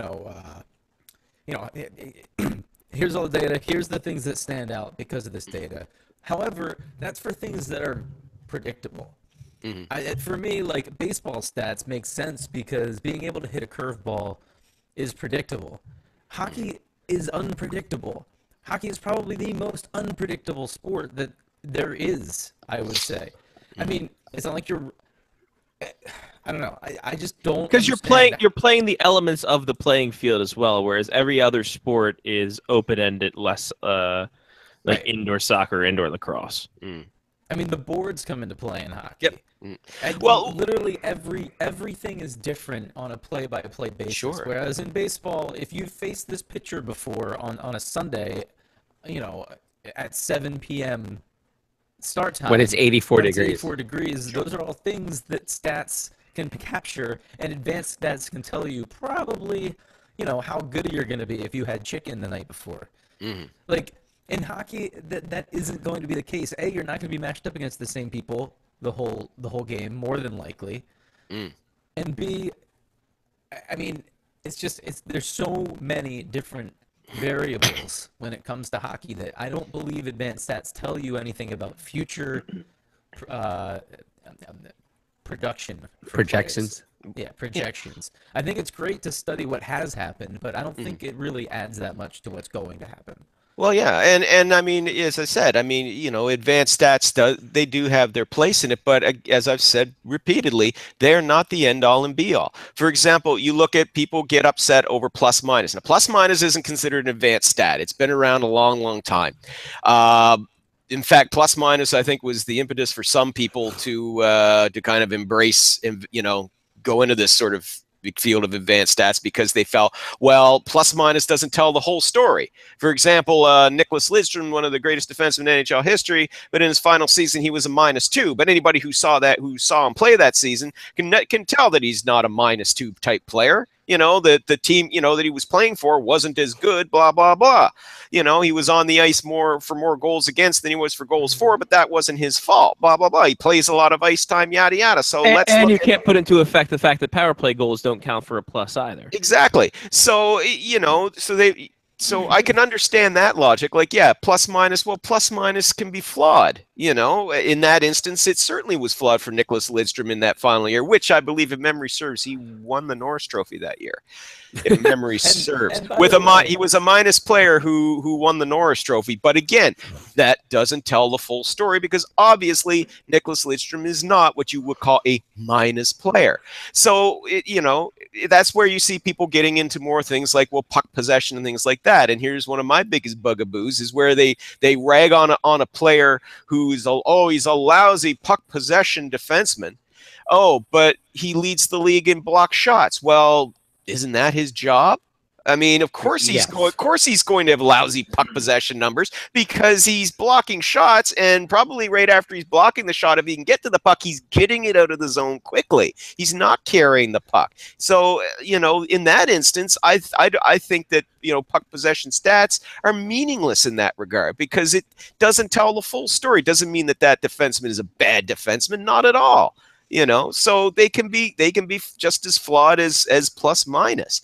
You have to be careful. You have to look at it and go, okay, but there is the eyeball test. We've talked about this before, guys. I know ad nauseum. I mean, I think all four of us here are pretty much preaching to ourselves. I mean, I do love though. With getting back to plus minus, the guy that pitched plus minus as a stat to track had to have been like, all right, here's what I'm thinking. Goals scored on the ice is a plus. Goals scored against, a minus, right? That's pretty simple. So everybody's like, yeah, that's great. So, like, if you get a power play, not so fast. Power play goals don't count. Right. Wait, what? No. It's too easy to score a power play goal, so that doesn't count. But what about Bob? But what about if you're killing a penalty, you get a goal scored against you? That counts as +2, right? Because it's way hard. Nope, that's just a +1. It doesn't count as any more or less than a regular goal. Yeah, exactly. Like plus mine. Again, I mean, I see, like you, Mark. I mean, I see the sense in it, but again, you can't take it as gospel because when you sit down and you look at, like I said, one of the greatest defensemen in NHL history was a minus defenseman at -2, but yet he won the Norris Trophy because he was the best defenseman that year. It's like, well, how can that be? He was a minus player. How could he be the best defenseman? Is because it's like every time he was skating over to get a line change, they scored on him. That's why. Every single time, or right when he hopped on the ice. That's literally the best part about plus minus. Oh, God, I know, right? So first, Jeff Schultz. I'm just going to bring this up real quick. Jeff Schultz, in the last year he was with the Capitals, was a +55. He is a terrible fucking defenseman. Yeah, he's not good. Second of all, I utterly love the fact that there could be like a breakaway and a forward jumps off for a line change, and somebody else jumps on and gets a minus because his skates landed on the ice before the goal was scored. Like I love that he has nothing to do with the play whatsoever, and he just happens to be on the ice. Yeah, exactly. So when it comes down to it, folks, I mean, a lot of it too still comes down to the eyeball test. I mean, a lot of times your eyes aren't fooling you. For some of these advanced stats, folks, it's almost like, who are you going to believe, me or your lying eyes? Well, my eyes, because they ain't lying. If I look at Alexander Ovechkin, I can tell he's a great player. He's a great offensive player, and who's gotten to be a better two-way player. I mean, consider him from when he's younger years. But I will say that at some point somebody will come up with a better mousetrap. Like this is the next. This is a step, right? Yeah. So we had plus minus, and somebody was like, plus minus is shit. We need something better. And we went, I would almost say too far right now. And now we're kind of like bracketing back. And I feel like that at some point, somebody's going to really find a happy medium that makes advanced stats worthwhile enough that looking at a player is really just the next step. Yeah. Like, it's going to happen. Oh, of course. I mean, I'm at least glad to see that, the sort of the war that you kind of saw. There was a few years there where you had some folks, established media folks, were kind of looking down their nose at the advanced stats bloggers. And I could understand why the advanced stats community kind of gets defensive when anybody gets critical of their work. Because for a number of years they really were, to be blunt, getting shit on by these mainstream media guys who were just saying, well, what you're saying is garbage, it doesn't mean anything, blah blah blah. So they got defensive, but it reached the point where it's like, yeah, but guys, okay, you won. Okay, you ultimately you won this war. Okay, advanced stat. Every team was using advanced stats even before you got into your pissing contests with journalists. So you won. But it's to the point, for not all of them, but some of them, where it's like they absolutely cannot brook any criticism of their work whatsoever. If you dare say what the point you're making, Johnny, or that Mark's made, or that Scotty made, or that I've made, immediately we're labeled as a hater, and they just don't want to engage. I'm going to say that that's a personality trait of people that do stuff like this. I mean, I could be painting everybody with the same brush. It's hard not to paint them with a broad brush. There are obviously exceptions to the rules. But the smug eliteness that some of these guys, some of them do have that. Yes, that's a personality trait and it's not just hockey. No, that's a personality trait that transcends people that work with data and think that they're better than other people. Oh, sure, because they know numbers, and numbers never lie. That's a personality trait that has literally nothing to do with the people that are working in the advanced stats. It's just, that's the way they are. Numbers never lie unless it's on a tax statement that I sent to the IRS under an assumed name.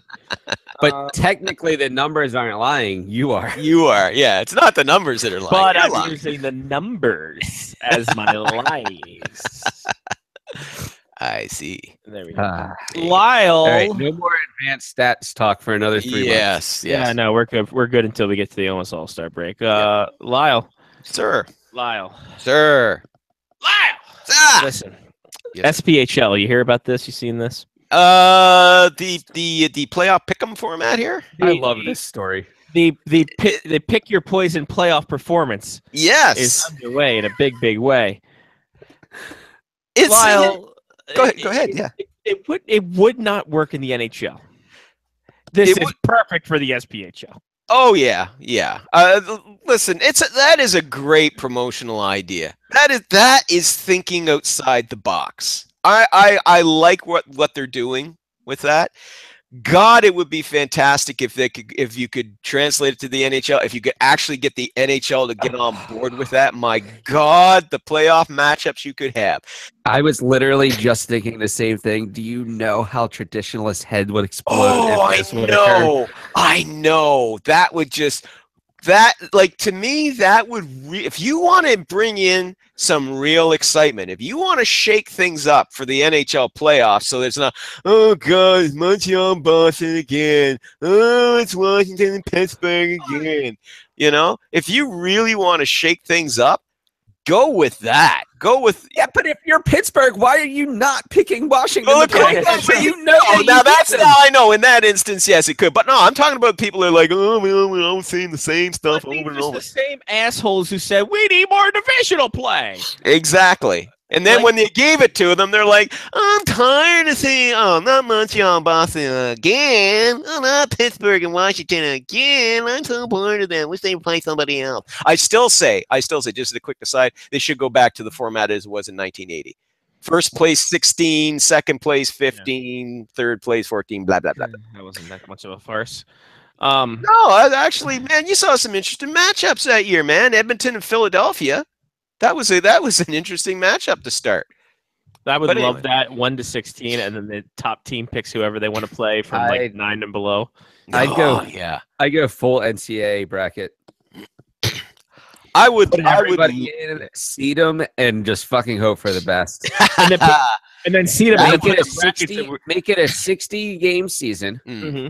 Everybody has their rankings top to bottom. Yep. Everybody makes the playoffs, and you just go at it for like 3 months. And the best part about it is that I think the winner of the 1-16 game then plays like the winner of the 7-10 game. Like you don't have a situation like that's how the NCAA runs it. Because I'm sorry, the winner of the 1-16 plays the winner of the 8-9. Yeah. So just as good. Yeah, I mean, you don't have these traditional quote unquote formats. So yeah. No, I would love to see that. When I saw that, I think it was you had tweeted that and I read, I was like, oh, what's this? And it was like, oh, that's interesting. And then of course it started spreading like wildfire, and people started saying, what would it be like if the NHL adopted this? And I was like, it would be fantastic. And we will never see it. Exactly. It's fantastic, so it's not going to happen. Oh no, Gary Bettman's going to talk about bringing back the glow puck again. So yeah. Well, hold on. Let's okay. That's going to come back on NBC just because of the hiring of Sean Leahy and how he likes to brighten up a room with his skin tone. But no, I think that would be fantastic. You know, can you imagine? Team can, if you were like a top 8 seed, you got to pick who you could play, or however you wanted to shake it up, or something like that. But well, so how can you imagine Stanley Cup champion, defending Stanley Cup champion, gets to pick their opening round opponent? I think that would be automatic. I think if you won the Stanley Cup and you make the playoffs the following year, you should get to pick your opponent for the first from round. either conference. You can choose any team. Yes, any team from either conference, don't matter. I want to say this. I want to say a guy, Brian, who's hanging out, he did pass it along on Facebook, but I did see it before because I get SPHL press releases. So Brian will get credit, but I had seen it before prior to when he sent it to me. He's going on the chat saying he wants the credit. He's already get gypped off. The Spit and Chicklets podcast, I think it's Vice or Barstool has it, took his picture when he was in either, oh God, Brian, you have to remind me if it was Iraq or Kandahar, but he was on service duty, had a Caps flag and went to one of the homes and they held up a Caps flag and they stole it from him and put that on Instagram. He didn't even get credit for it. That was a wayward story. That's pretty garbage. So we'll give you credit, even though I don't know who cares. So my thought directly goes to how fans. He was in Afghanistan. Okay, cool. How fans complain about this new format. So say we go to a format where the teams are allowed to pick their own playoff opponents, right? Mm-hmm. How do you whine about that? Because you literally have an opportunity now to pick who you're playing against. It's not like, oh, look, the number 1 and number 2 seeds in the East are playing against each other because the NHL has a crap play. You're literally picking who you're playing. Like, how do fans get to whine about that at that point? Oh, somebody would. They would find. Oh no, they'll figure it out. But that's not who I would have picked. Yeah, exactly. Yeah. And that's where the stats nerds come in. But if you statistically say that this team's gonna, oh Jesus Christ, stop it! Fucking nerds, I hate all of you. God damn it. Scotty was in the remake of Revenge of the Nerds. But this time the Jocks win, and Ted McGinley does get a better part of it.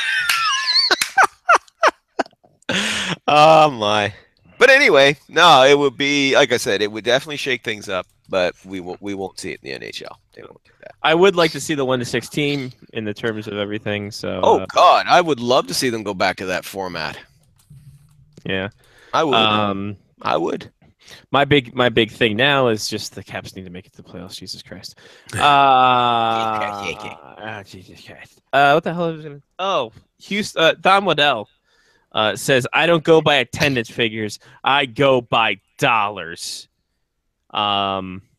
Okay. And then he opened up his Carolina Hurricanes cash register, and a whole bunch of moths flew out. He's like, oh no, this is Atlanta all over again. Yeah, I was like, wasn't he part of the Atlanta debacle? Oh yeah.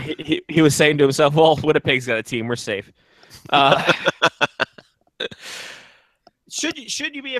I mean, he brought up a point. Would you go see a Columbus Blue Jackets Carolina Hurricanes game in early October? Maybe, but I mean, I would, because I'm a hockey fan, and Yeah. I follow these teams for a living, and I'm excited about the Hurricanes' future. And Columbus is really proving that last season was no fluke. They're going to be a dominant team. So yeah, but casual fans, would they? No. Where's the excitement there? Yeah, if both those teams sucked, absolutely not. Oh yeah, in that case, listen. Listen, if both teams were where they were 2 years ago, no, we would have all understood that one. Yeah, Be like, yeah, that's pretty bad hockey, guys. Yeah, but this year, yeah, I would go see an early October Hurricanes Blue Jackets game. Absolutely. Maybe we should have. It'd been great. No, I don't live there. We should all went down to North Carolina though. Yeah, could have had some barbecue. Face Off Hockey Show meetup. We hit up the guys with the section 328. Be great. Fantastic time. I would have sat in section 329 and just heckled us. You guys suck. You're one section over for you suck. We start like a go back to Russia chant, and no one knows why. Adam Oates isn't even in the building. It's really weird. Then we got the Houston, the new NBA owner in Houston wants NHL hockey. Who doesn't? Yeah, sure. Who doesn't want NHL hockey? Come up with the money, bud. There's going to be 40 teams in the NHL season. No, surely not. No. There's going to be 32. There will be 32. Oh, yeah. Sometime within the next 5 to 7 years, there'll be a 32nd team. And they'll try to find some way to, maybe put it in Houston or Kansas City or Seattle if they ever get their arena situation sorted out. But, yeah, that'll be coming. I just hope the Houston Rockets owner wants to bring a team. I think he'd be angling more, more buying an existing franchise rather than doing the expansion startup because right off the bat, man, $750 large, man. You know, that's a lot of money to lay down for an expansion team now. Yeah, but they're still making all that money off of Clyde Drexler and it's true. All the guys down in Houston. he just put down $2.2 billion for the Rockets and the Toyota Center. True. No. He didn't bat an eye, but still, a lot could have happened there. Some people thinking it might be the Calgary Flames. Yeah, sure, okay, whatever. Yeah, good luck with that. Well, Yeah. Well, now that Marinenshi got reelected, I'm sure now the Flames are going to have to stand and go, oh shit, our overhanded attempt at winning our guy winning the election didn't work. Gee, which by the way, this a little first off, they really need to get a better guy than named Bill Smith. Like if you're gonna back a horse, vote back for a horse Bill with a Smith. guy who doesn't have a generic name. Vote for Bill Smith for mayor. Terrible name. The hell I is know. the problem? Bill Smith sounds like he might be one of the next characters that Scotty comes up with on like a random Wednesday night show. Yeah. But he's got to be bland. See that you got to make him bland. I am Bill Smith. Bill Smith for mayor. Bill Smith might be friends with Alex Semin from Moscow, Idaho. We're not sure. I'm Bill Smith. I am here. There you go. Yeah.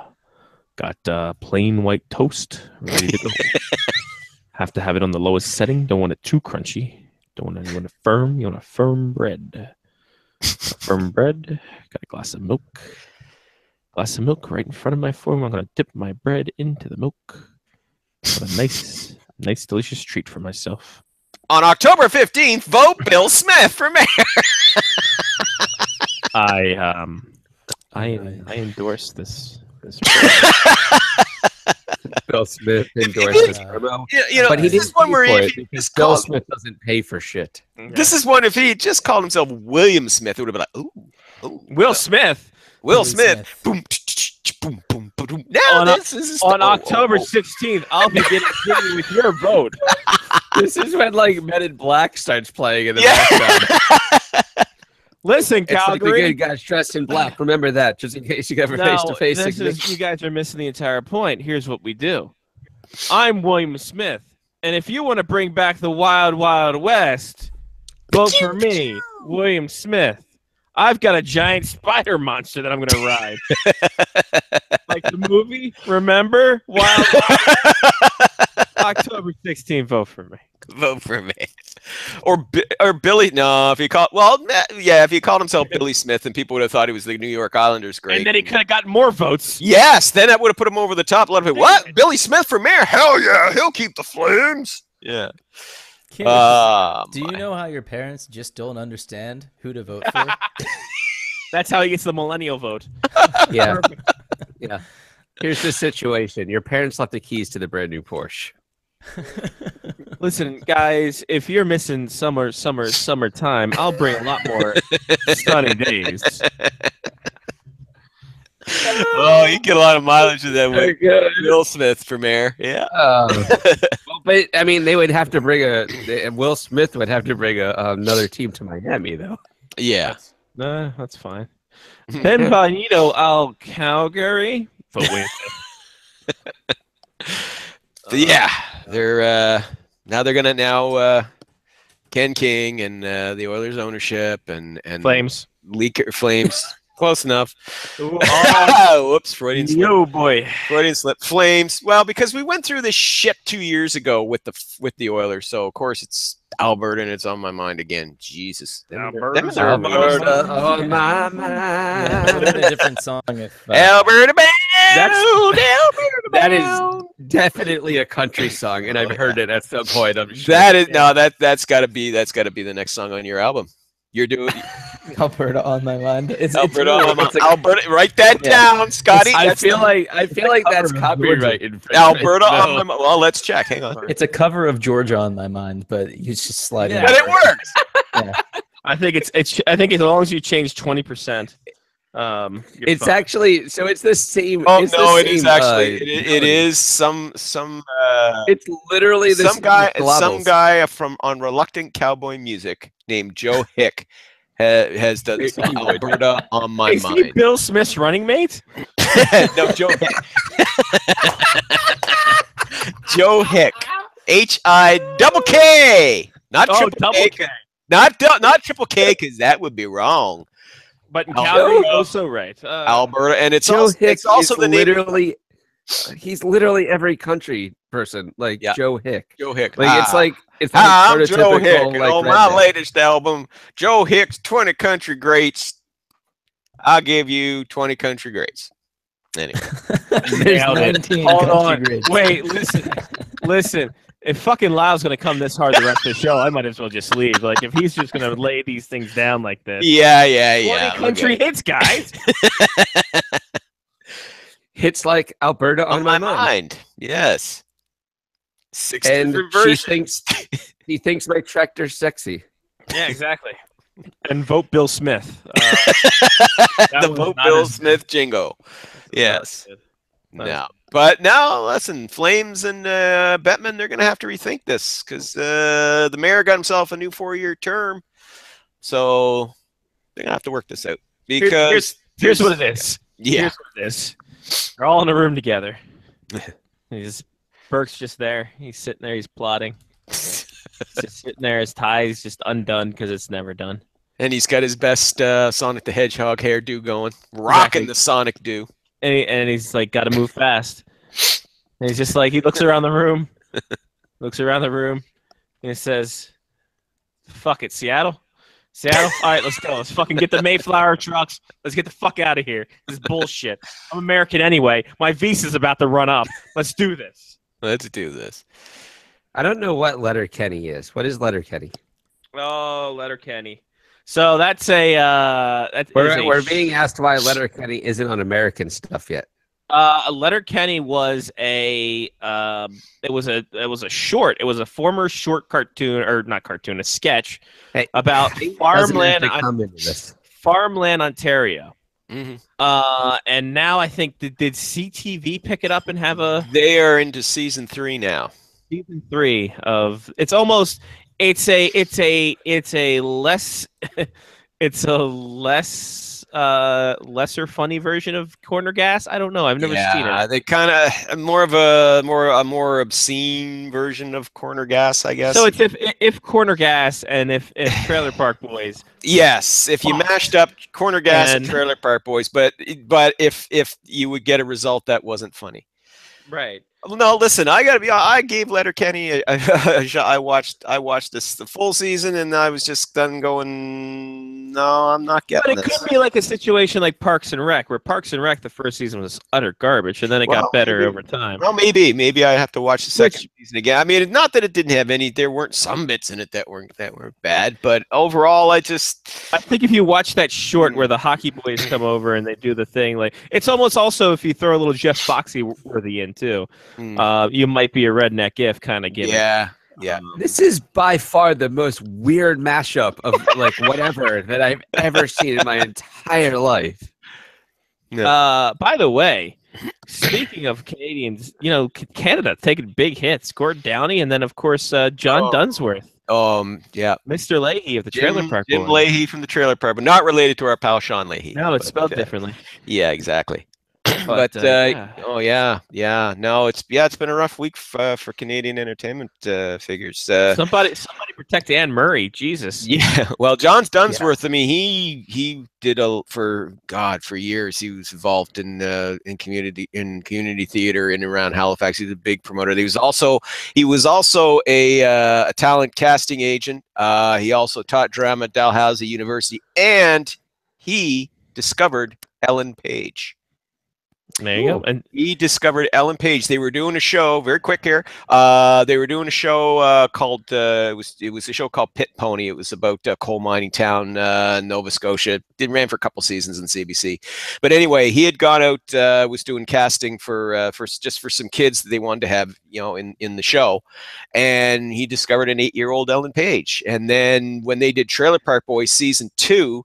They brought her on for that season to play Jim Leahy's daughter. She was, I believe, 11 or 12 at the time. And from there... the irony, though, is she was actually 18. Through the whole thing. They thought she was 12. But, she discovered... he discovered Ellen Page, and so interesting little bit of stuff there. But, And then she was pregnant on Juno. And then she did some other stuff, so... Yeah. But anyway, John Dunsworth, rest in peace to him as well. And thanks for the laughs, because my God, he played a convincing drunk. This was a guy who didn't drink, by the way. John, he had to go to bars and watch people and study them in order to be able to convincingly play a drunk on Trailer Park Boys, because he didn't drink. And you know what's funny? I was just thinking the other day. I'm just like, I need to go back and watch, because I never watched Trailer Park Boys from. It was whenever it was on Showcase, which seemed to be like 20 hours of the day. Oh, I know. For a while there, it was on all the time. Yeah. I just turned it on and just watched a little bit, and just like my roommates at the time, they loved it. So I'm just like, maybe I got to go back and watch the damn thing, stem to stern. I did too. I loved the first 6 seasons. Then the 7th season, they were starting to run out. Was that like after the movie? Yeah, after their first movie. Then they did the 7th season. That was supposedly going to wrap it all up, but then they decided to bring it back, a couple of years afterwards. And I tried watching season 8, and I was just like, no, sorry guys, you have not recaptured the magic. That's why I haven't watched season 4 of Arrested Development yet. I'm like, season 3 was fine. Like, oh my Lord, I know. Listen, I did watch season 4 of Arrested Development. It was good, but it didn't have that snap, didn't have that magic the first 3 seasons. But isn't there also a point where you force it? Yeah, it is. Well, they say the average okay, show. That came out way more sexual than First of all, that's funny. Second of all, when did we hit that mark? Was that season 8 or season 9 where we started forcing it? I think that was show 17. We just started before 2 months into the thing. We were just like, well, here we go. Oh, the show was fine, and then they brought Lyle on, and he was like bringing in Poochie. It was just no. So well, Lyle, when you're not on, we always ask where's Lyle. So There you go. That's But no, when you're doing a show, any kind of, whether even a TV, even drama, they always say like good ones that you get 5 good seasons. Like the first season, you're introducing characters and you get the plot going and things like that. From season 2 to season 3, you really start picking it up and see, you know, by about midway through season 3 through season 5, that's when you're in your sweet spot, and then you've hit magic. But after that 5th season, that's when it gets tough and it starts going downhill. I mean, for me, like, for example, the American version of The Office followed that whole premise till we got to season 6, and you could start to see the wheels are wobbling. And by season 7, when Michael Scott left the show, the character of Michael Scott, that's when they should have shut her down, and they kept it going, and that was just wrong. So it's like punk bands trying to do more than 3 records, and then that's not good. It's not fun. By the way, Joe Hicks, that was the guy's name, right? I love Joe Hicks. His second most famous song, the Rolling Stones cover "Wild Caribou." Fantastic. There you That was go. a delight. Wild Caribou. Is that actually something he shot? Going. Like, John, is what that was something he picked up? Is that something he shot? Wild That's Caribou. true. Well, It wasn't actually a song. It's just a take home.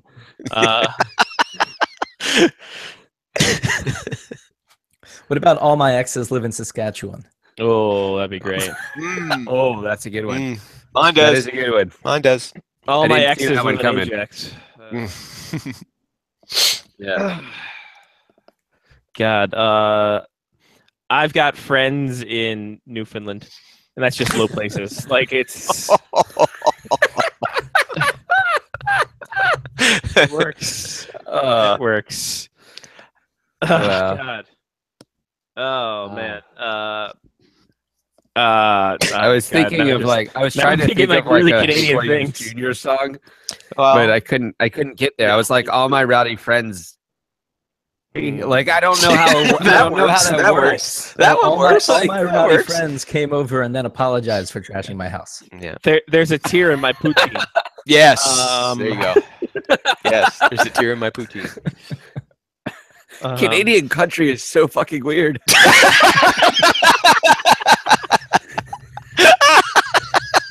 No, it's weird when you guys are doing it. No. But it's actually your version is better. Is it Canadian country literally Shania Twain? I hate almost all I hate most country music, but I really hate Canadian country. It's just cheap knockoffs of just American country music. It's So country. like- it's like just please I stop. feel like- Just please stop. I feel Stop. like my 6th album of Canadian country music is going to be fantastic. No. I know I'm pissing off people who love country music, Canadian, but I'm sorry. I hate country Johnny's music. upcoming Canadian country CD, flavored color, will be coming out. Flavored color. Coming out good. Wait, hold on. You guys don't know all of those. No, super I mean, famous wouldn't my Canadian country country's like album be like it's mostly English and some fucking Canadian? Like, Well, here by law, you have to have at least 2 songs that are French. right? But Well, not no, full no, it doesn't songs. have Like to I be could sing entirely- most of it and then like half of it in French and then like come back to English. Like that's how the national anthem is.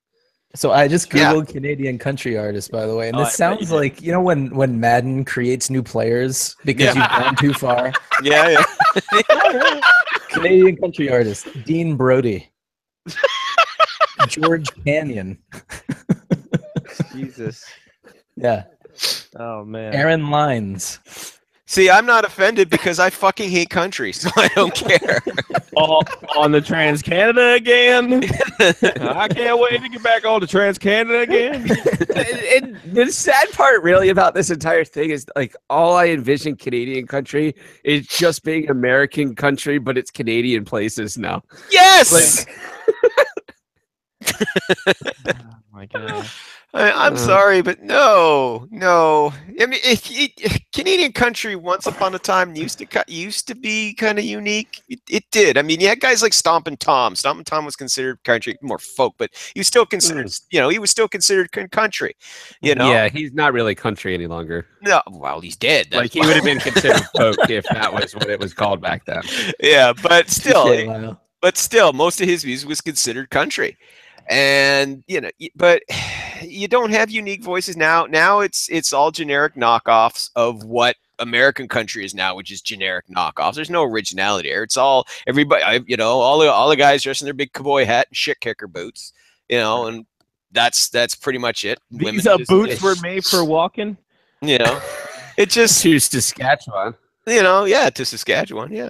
But no, it's just all generic stuff. I actually like old time country music from the 50s and 60s. I like Hank Williams, Johnny Cash. I do love me some Willie Nelson, that sort of stuff. But other than that, my tastes pretty much start to end by 1980. The irony is, I bet The Gambler is still the same song in Canada. Yeah. It is. Mama, don't let your babies grow up to be backup goalies. Don't let them wear blockers and trappers and such. God, your fucking Canadian country music song, album that I didn't know was up. There you go. Don't let them take great big slap shots in the guts. Mamas, don't let your babies grow up to be backup goalies. God. There you go. Oh man. Yeah. Well, there we are. Butchery, as always. Man, I'm looking at country song list now. Fucking see. We kind of lost the handle here in the last 15 minutes. Not a lot of hockey there. Well, there's not much to talk about trade rumor wise.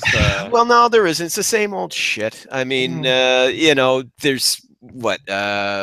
The Los Angeles Kings maybe might shop Jake Muzzin or Alec Martinez for scoring help maybe later in the year. Well, and they might not. If they keep playing well, they could probably get themselves more scoring near the trade deadline without having to give up a quality player. So why bother shopping them? And if that's actually a country song. That is, if you had more scoring help, you wouldn't have to make the trade type of. There you go. That's a country song. But the rest of it is Evander Kane, train value. Oh, well, Matt Duchene still wants to be. I mean, it's nothing new because nothing's going to happen. Oh, well, Mark Bergevin's out scouting team. Well, I'm sure he is, but he can't make trades right now because nobody really wants to trade. Oh, Pierre Dorian of the Senators is out aggressively shopping, but nobody wants to make trades right now. So, we've got a lot of the same old stuff being recycled over and over. The only thing that may have a resolution is Andreas Athanasiou's status might get sorted out by the end of the week. Either he'll resign or he'll stay in Europe for the year, but it looks like it could get resolved this week. He can stay or he can go now. That's true. That's not a country song. No, that's not a country song. But it could be. It could yes, be. If you said in a country accent, it could be. If you're going to play in Toronto, better have a fiddle in the band. A Vernon fiddler. That lead guitar is hot. It's so good. This is so good. From Vernon, BC. Yes. See, this is our Patreon. As we Vernon fiddler. Our whole Patreon. Or like our secret. I feel like our Patreon might be that I have to put out albums. Yes. Or at least lyrics. That's going to be the really bad part. Is people will be like, "I'll pay $50 if we put out some of these albums." I'm like, at least, shit, I have to write music now. Yeah, who's laughing now? If people donate $5, you have to at least make lyrics. Cool. I might be able to do that. I don't see why. If I'm drunk enough, I can write lyrics to some of these songs. It doesn't have to make sense. It's country music. It's Canadian country music. If you're going to play in Ottawa, you got to have Vernon Fiddler on the team. That's great. Yeah, I like that. See? That's close. That's good. Yeah. Man, this is Canadian Girl is probably a completely different song. Probably. A boot scootin' boogie? No, that's about right. Canadian whiskey girl. That's actually boot scootin' boogie. No, yeah. A boot scootin' boogie. Lyle. A boot. A boot. Gotcha. Okay. Yes, because we supposedly say a boot. Yeah. Yeah. No. Gotcha. I don't know. I've heard a boot. A lot. God. Christ. I'm sorry, Lyle. That's pretty good. A boot scootin' boogie. Oh, it is. It is. It is good. It is. I was just trying to just kill Scotty's bit there, but I couldn't. But I'm trying so. Yeah, no, you're right. That is a really good one. I'm trying so hard to be offended, and I just can't because it's funny as hell. So I'm sorry. I hate country music. I especially hate Canadian country music. So go hard, boys. I don't This care. is so much more fun, though. It is. It is. Oh my god. Well, Oh, there we go. Oh, that's good. All There you right, go. so homework for next week: 10 Canadian country songs for everybody. No. You three. You Yeah, three no. assholes have to do it. And I will judge them. Oh, please! And the best, Lyle, and then you pick the best 10 of those 30. Yes. And then that'll be Yeah. Johnny's record. Exactly. go. Exactly. And then the one we like the most gets to pick whichever other song they get to be against. Yes. Yes, Yes, there they we do. And we Perfect. the circle That's is true. complete. It's the Canadian Country Pick'em segment. By the way, if you're scoring at home or even if you're alone, we'll bring back the Pick'em segment next week. Yay. By the way, I completely forgot the Pick'em segment was the thing. that's fine. We're okay. fine. That's okay. We're only 2 weeks in. It's we only have 28 more weeks of the pickup. I know, segment. right? Jesus. Yeah, and then it all gets blown out of the water when the Frozen Four comes up. When I win the Frozen Four Again. It's true. Again. by not Yeah. picking a team. Again. Wait, who won last year? Johnny. Johnny won. Yeah, I won. So you get to pick who you get to play in the first round. Of Yes. this year, right? God, that would be awesome. Uh, The sad part is that without picking a team, I would pick the wrong team to play against in the like Frozen Four, and I'd lose somehow. It's true. I'm terrible at picking anything. Is really what it comes down to. He's not wrong. He's not wrong. Well, Lyle, it's that's the night that the lights went out in Regina. Yes, it we is. are. yes, it is. That's the night that they almost hung an innocent man. I forgot about that song. I'm just looking up old country people Yeah, and their songs. Wow. That's all you guys can That is do. an old Reba song. That is There you fantastic. go. That'll work. Yeah. I actually really hate that song. That's what makes it even better. It's The a worst. god awful song when it Oh, really it comes is. down to it. It is. It is. It's It's not horrid. good. Anyway, I'm gonna go. I'm gonna go listen to some Gord Downie. So fuck you guys. I'm It's okay. It's fine. Yeah. Tragically, my hips are shit too, but it comes Yes. from wrestling. exactly. Again, I'm trying so hard to act offended, but I can't. No, Because it like, is how funny. can you? It's hilarious. It is. It's funny. It's really It's going funny. to be tough to beat a boot scooting boogie. Yeah, that's the winner, Scotty. That's the winner, I think, right there, hands down. The rest is just maybe you can find something. Well, I'm sure if we have more give it time a in shot. preparation, Give it a shot. we will. Give it a shot. But No, week, but the guys- best part of our But- show comes off the top of our head. okay, starting next week, we start with the list, but the one to beat is a boot scooting boogie. So A you boot got- scooting boogie is on. I've got one on there. Yes, one on Scotty on the board. I'm on the ball. On the board with a boot scooting boogie. There we go. Oh. Lyle, thanks again, buddy. We Oh, appreciate, hey, we appreciate the my pleasure. time talking about. I don't know what the fuck. Talking about fucking anything and everything. Well, like I said, maybe next week there'll be. Next week maybe we can talk about how the Rangers in the Canadian season has gone completely to hell, and when they'll start blowing. And while we panicking about the Oilers as well. Yes. Oh my God. Yes. We'll panic more about the Oilers. That's Lyle, we fine. got- They'll we get gotta- their first pick in the draft. Exactly. We got our 30% in with NBC Sean Leahy, so we could just relax we and hung did. out with you. So it was Oh, good. hey, and we actually good did talk time. about Calgary Advanced ownership, statistics and the advanced athletic, stats. Yeah, the exactly. athletic, the SPHL. It was good times. So actually, we did talk about hockey. So there. There we are. All right, Lyle, we'll talk to you next week, sir. Thank you very Talk much. to you next week, gentlemen. Have a good one. There he goes. Lyle Rich, InspectorsHockey.net, thehockeynews.com, PI Guardian 9 and Guardian 9 and Guardian, and of course, Bleacher Report, where you get those slideshows. Johnny P, some shout outs. I'm gonna give a shout out to Canadian country. I feel like that was an utterly fantastic bit that came out of nowhere. As most of our bits do. God, that was amazing. Like now, I really want to go through like old country and find out like what I can rhyme with Chattahoochee. I'm sure I've got one in the holster here. Oh Jesus. Gave away one of my 10. A shout out to people that watch live. Yes. It's awesome. Thank you for watching us, sending us stuff on live chat.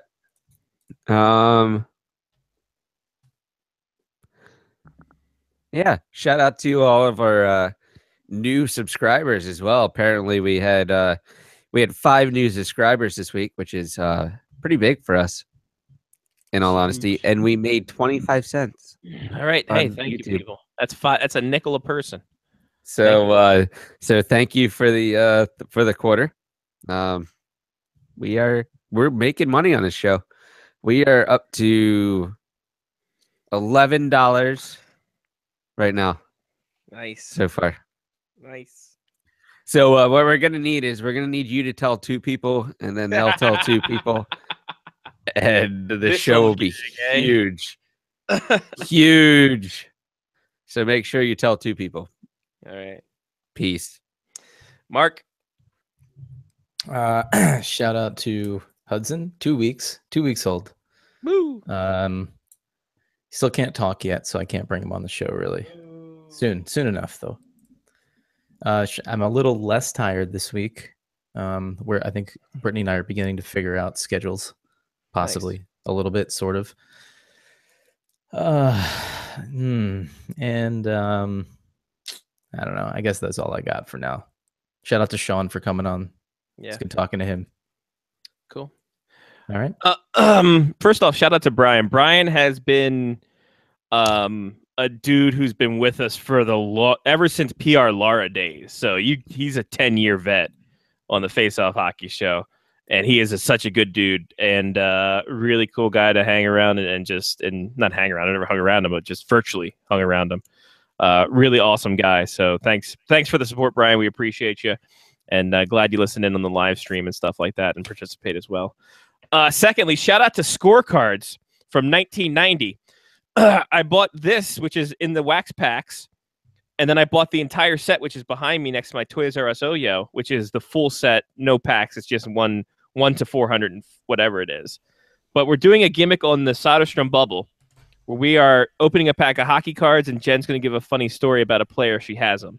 15 cards per pack. We just did 1 pack last week. There's 24 packs in a box, so we got 24 weeks of this. And we don't know what we're going to do with the cards afterwards. We might send them out. Who knows what we're going to do. But I feel like I know people that are sorry, I already switched over to the end of the show. I feel like I know people that are younger than those hockey cards. Yes. Yeah, absolutely. So we might be giving away those cards and having a little story to them. Also, if you have ideas for a Patreon stuff that you would want to see if we start a Patreon like everyone else is doing, please let us know at faceoffhockeyshow@gmail.com or at faceoffhcky show. Or if you have our direct contact, give it to us. Also, like give a shout out to Starting Lineup Freeze Frame 101s, where I have Patrick Wall and Jaromir Jagr on a frozen stage from like 1998. So found this at a thrift store. That was something. So I'm like, hell yeah, I'm taking this home with me. It's very rare you see these on the wild. But no, here it is. Johnny's got one coming. He's going to be fantastic. So there we go. Also, I hung posters up. They're right there. They're on my Twitter, @ScottyWatts. So check out my posters. See my vest, blah, blah, blah. All right, that's it, everybody. Thank you for listening. Thank you for watching. For Jenny P. Mark of the C. I'm Scotty Watts. Take care of yourself and someone else. This has been Face Off Hockey Show on faceoffhockeyshow.com. It's also our Tumblr. Blog Talk Radio /FOHS radio is where you can get us. You can subscribe, get our things, hit those links, get those ads so we can get some combo meals at Chick-fil-A. Because Chick-fil-A went there twice in their opening week. What, son? Oh, I'm a fat bitch. Twitter, FaceOffHCKY, Facebook, FOHS Radio there. So until next week, guys, peace.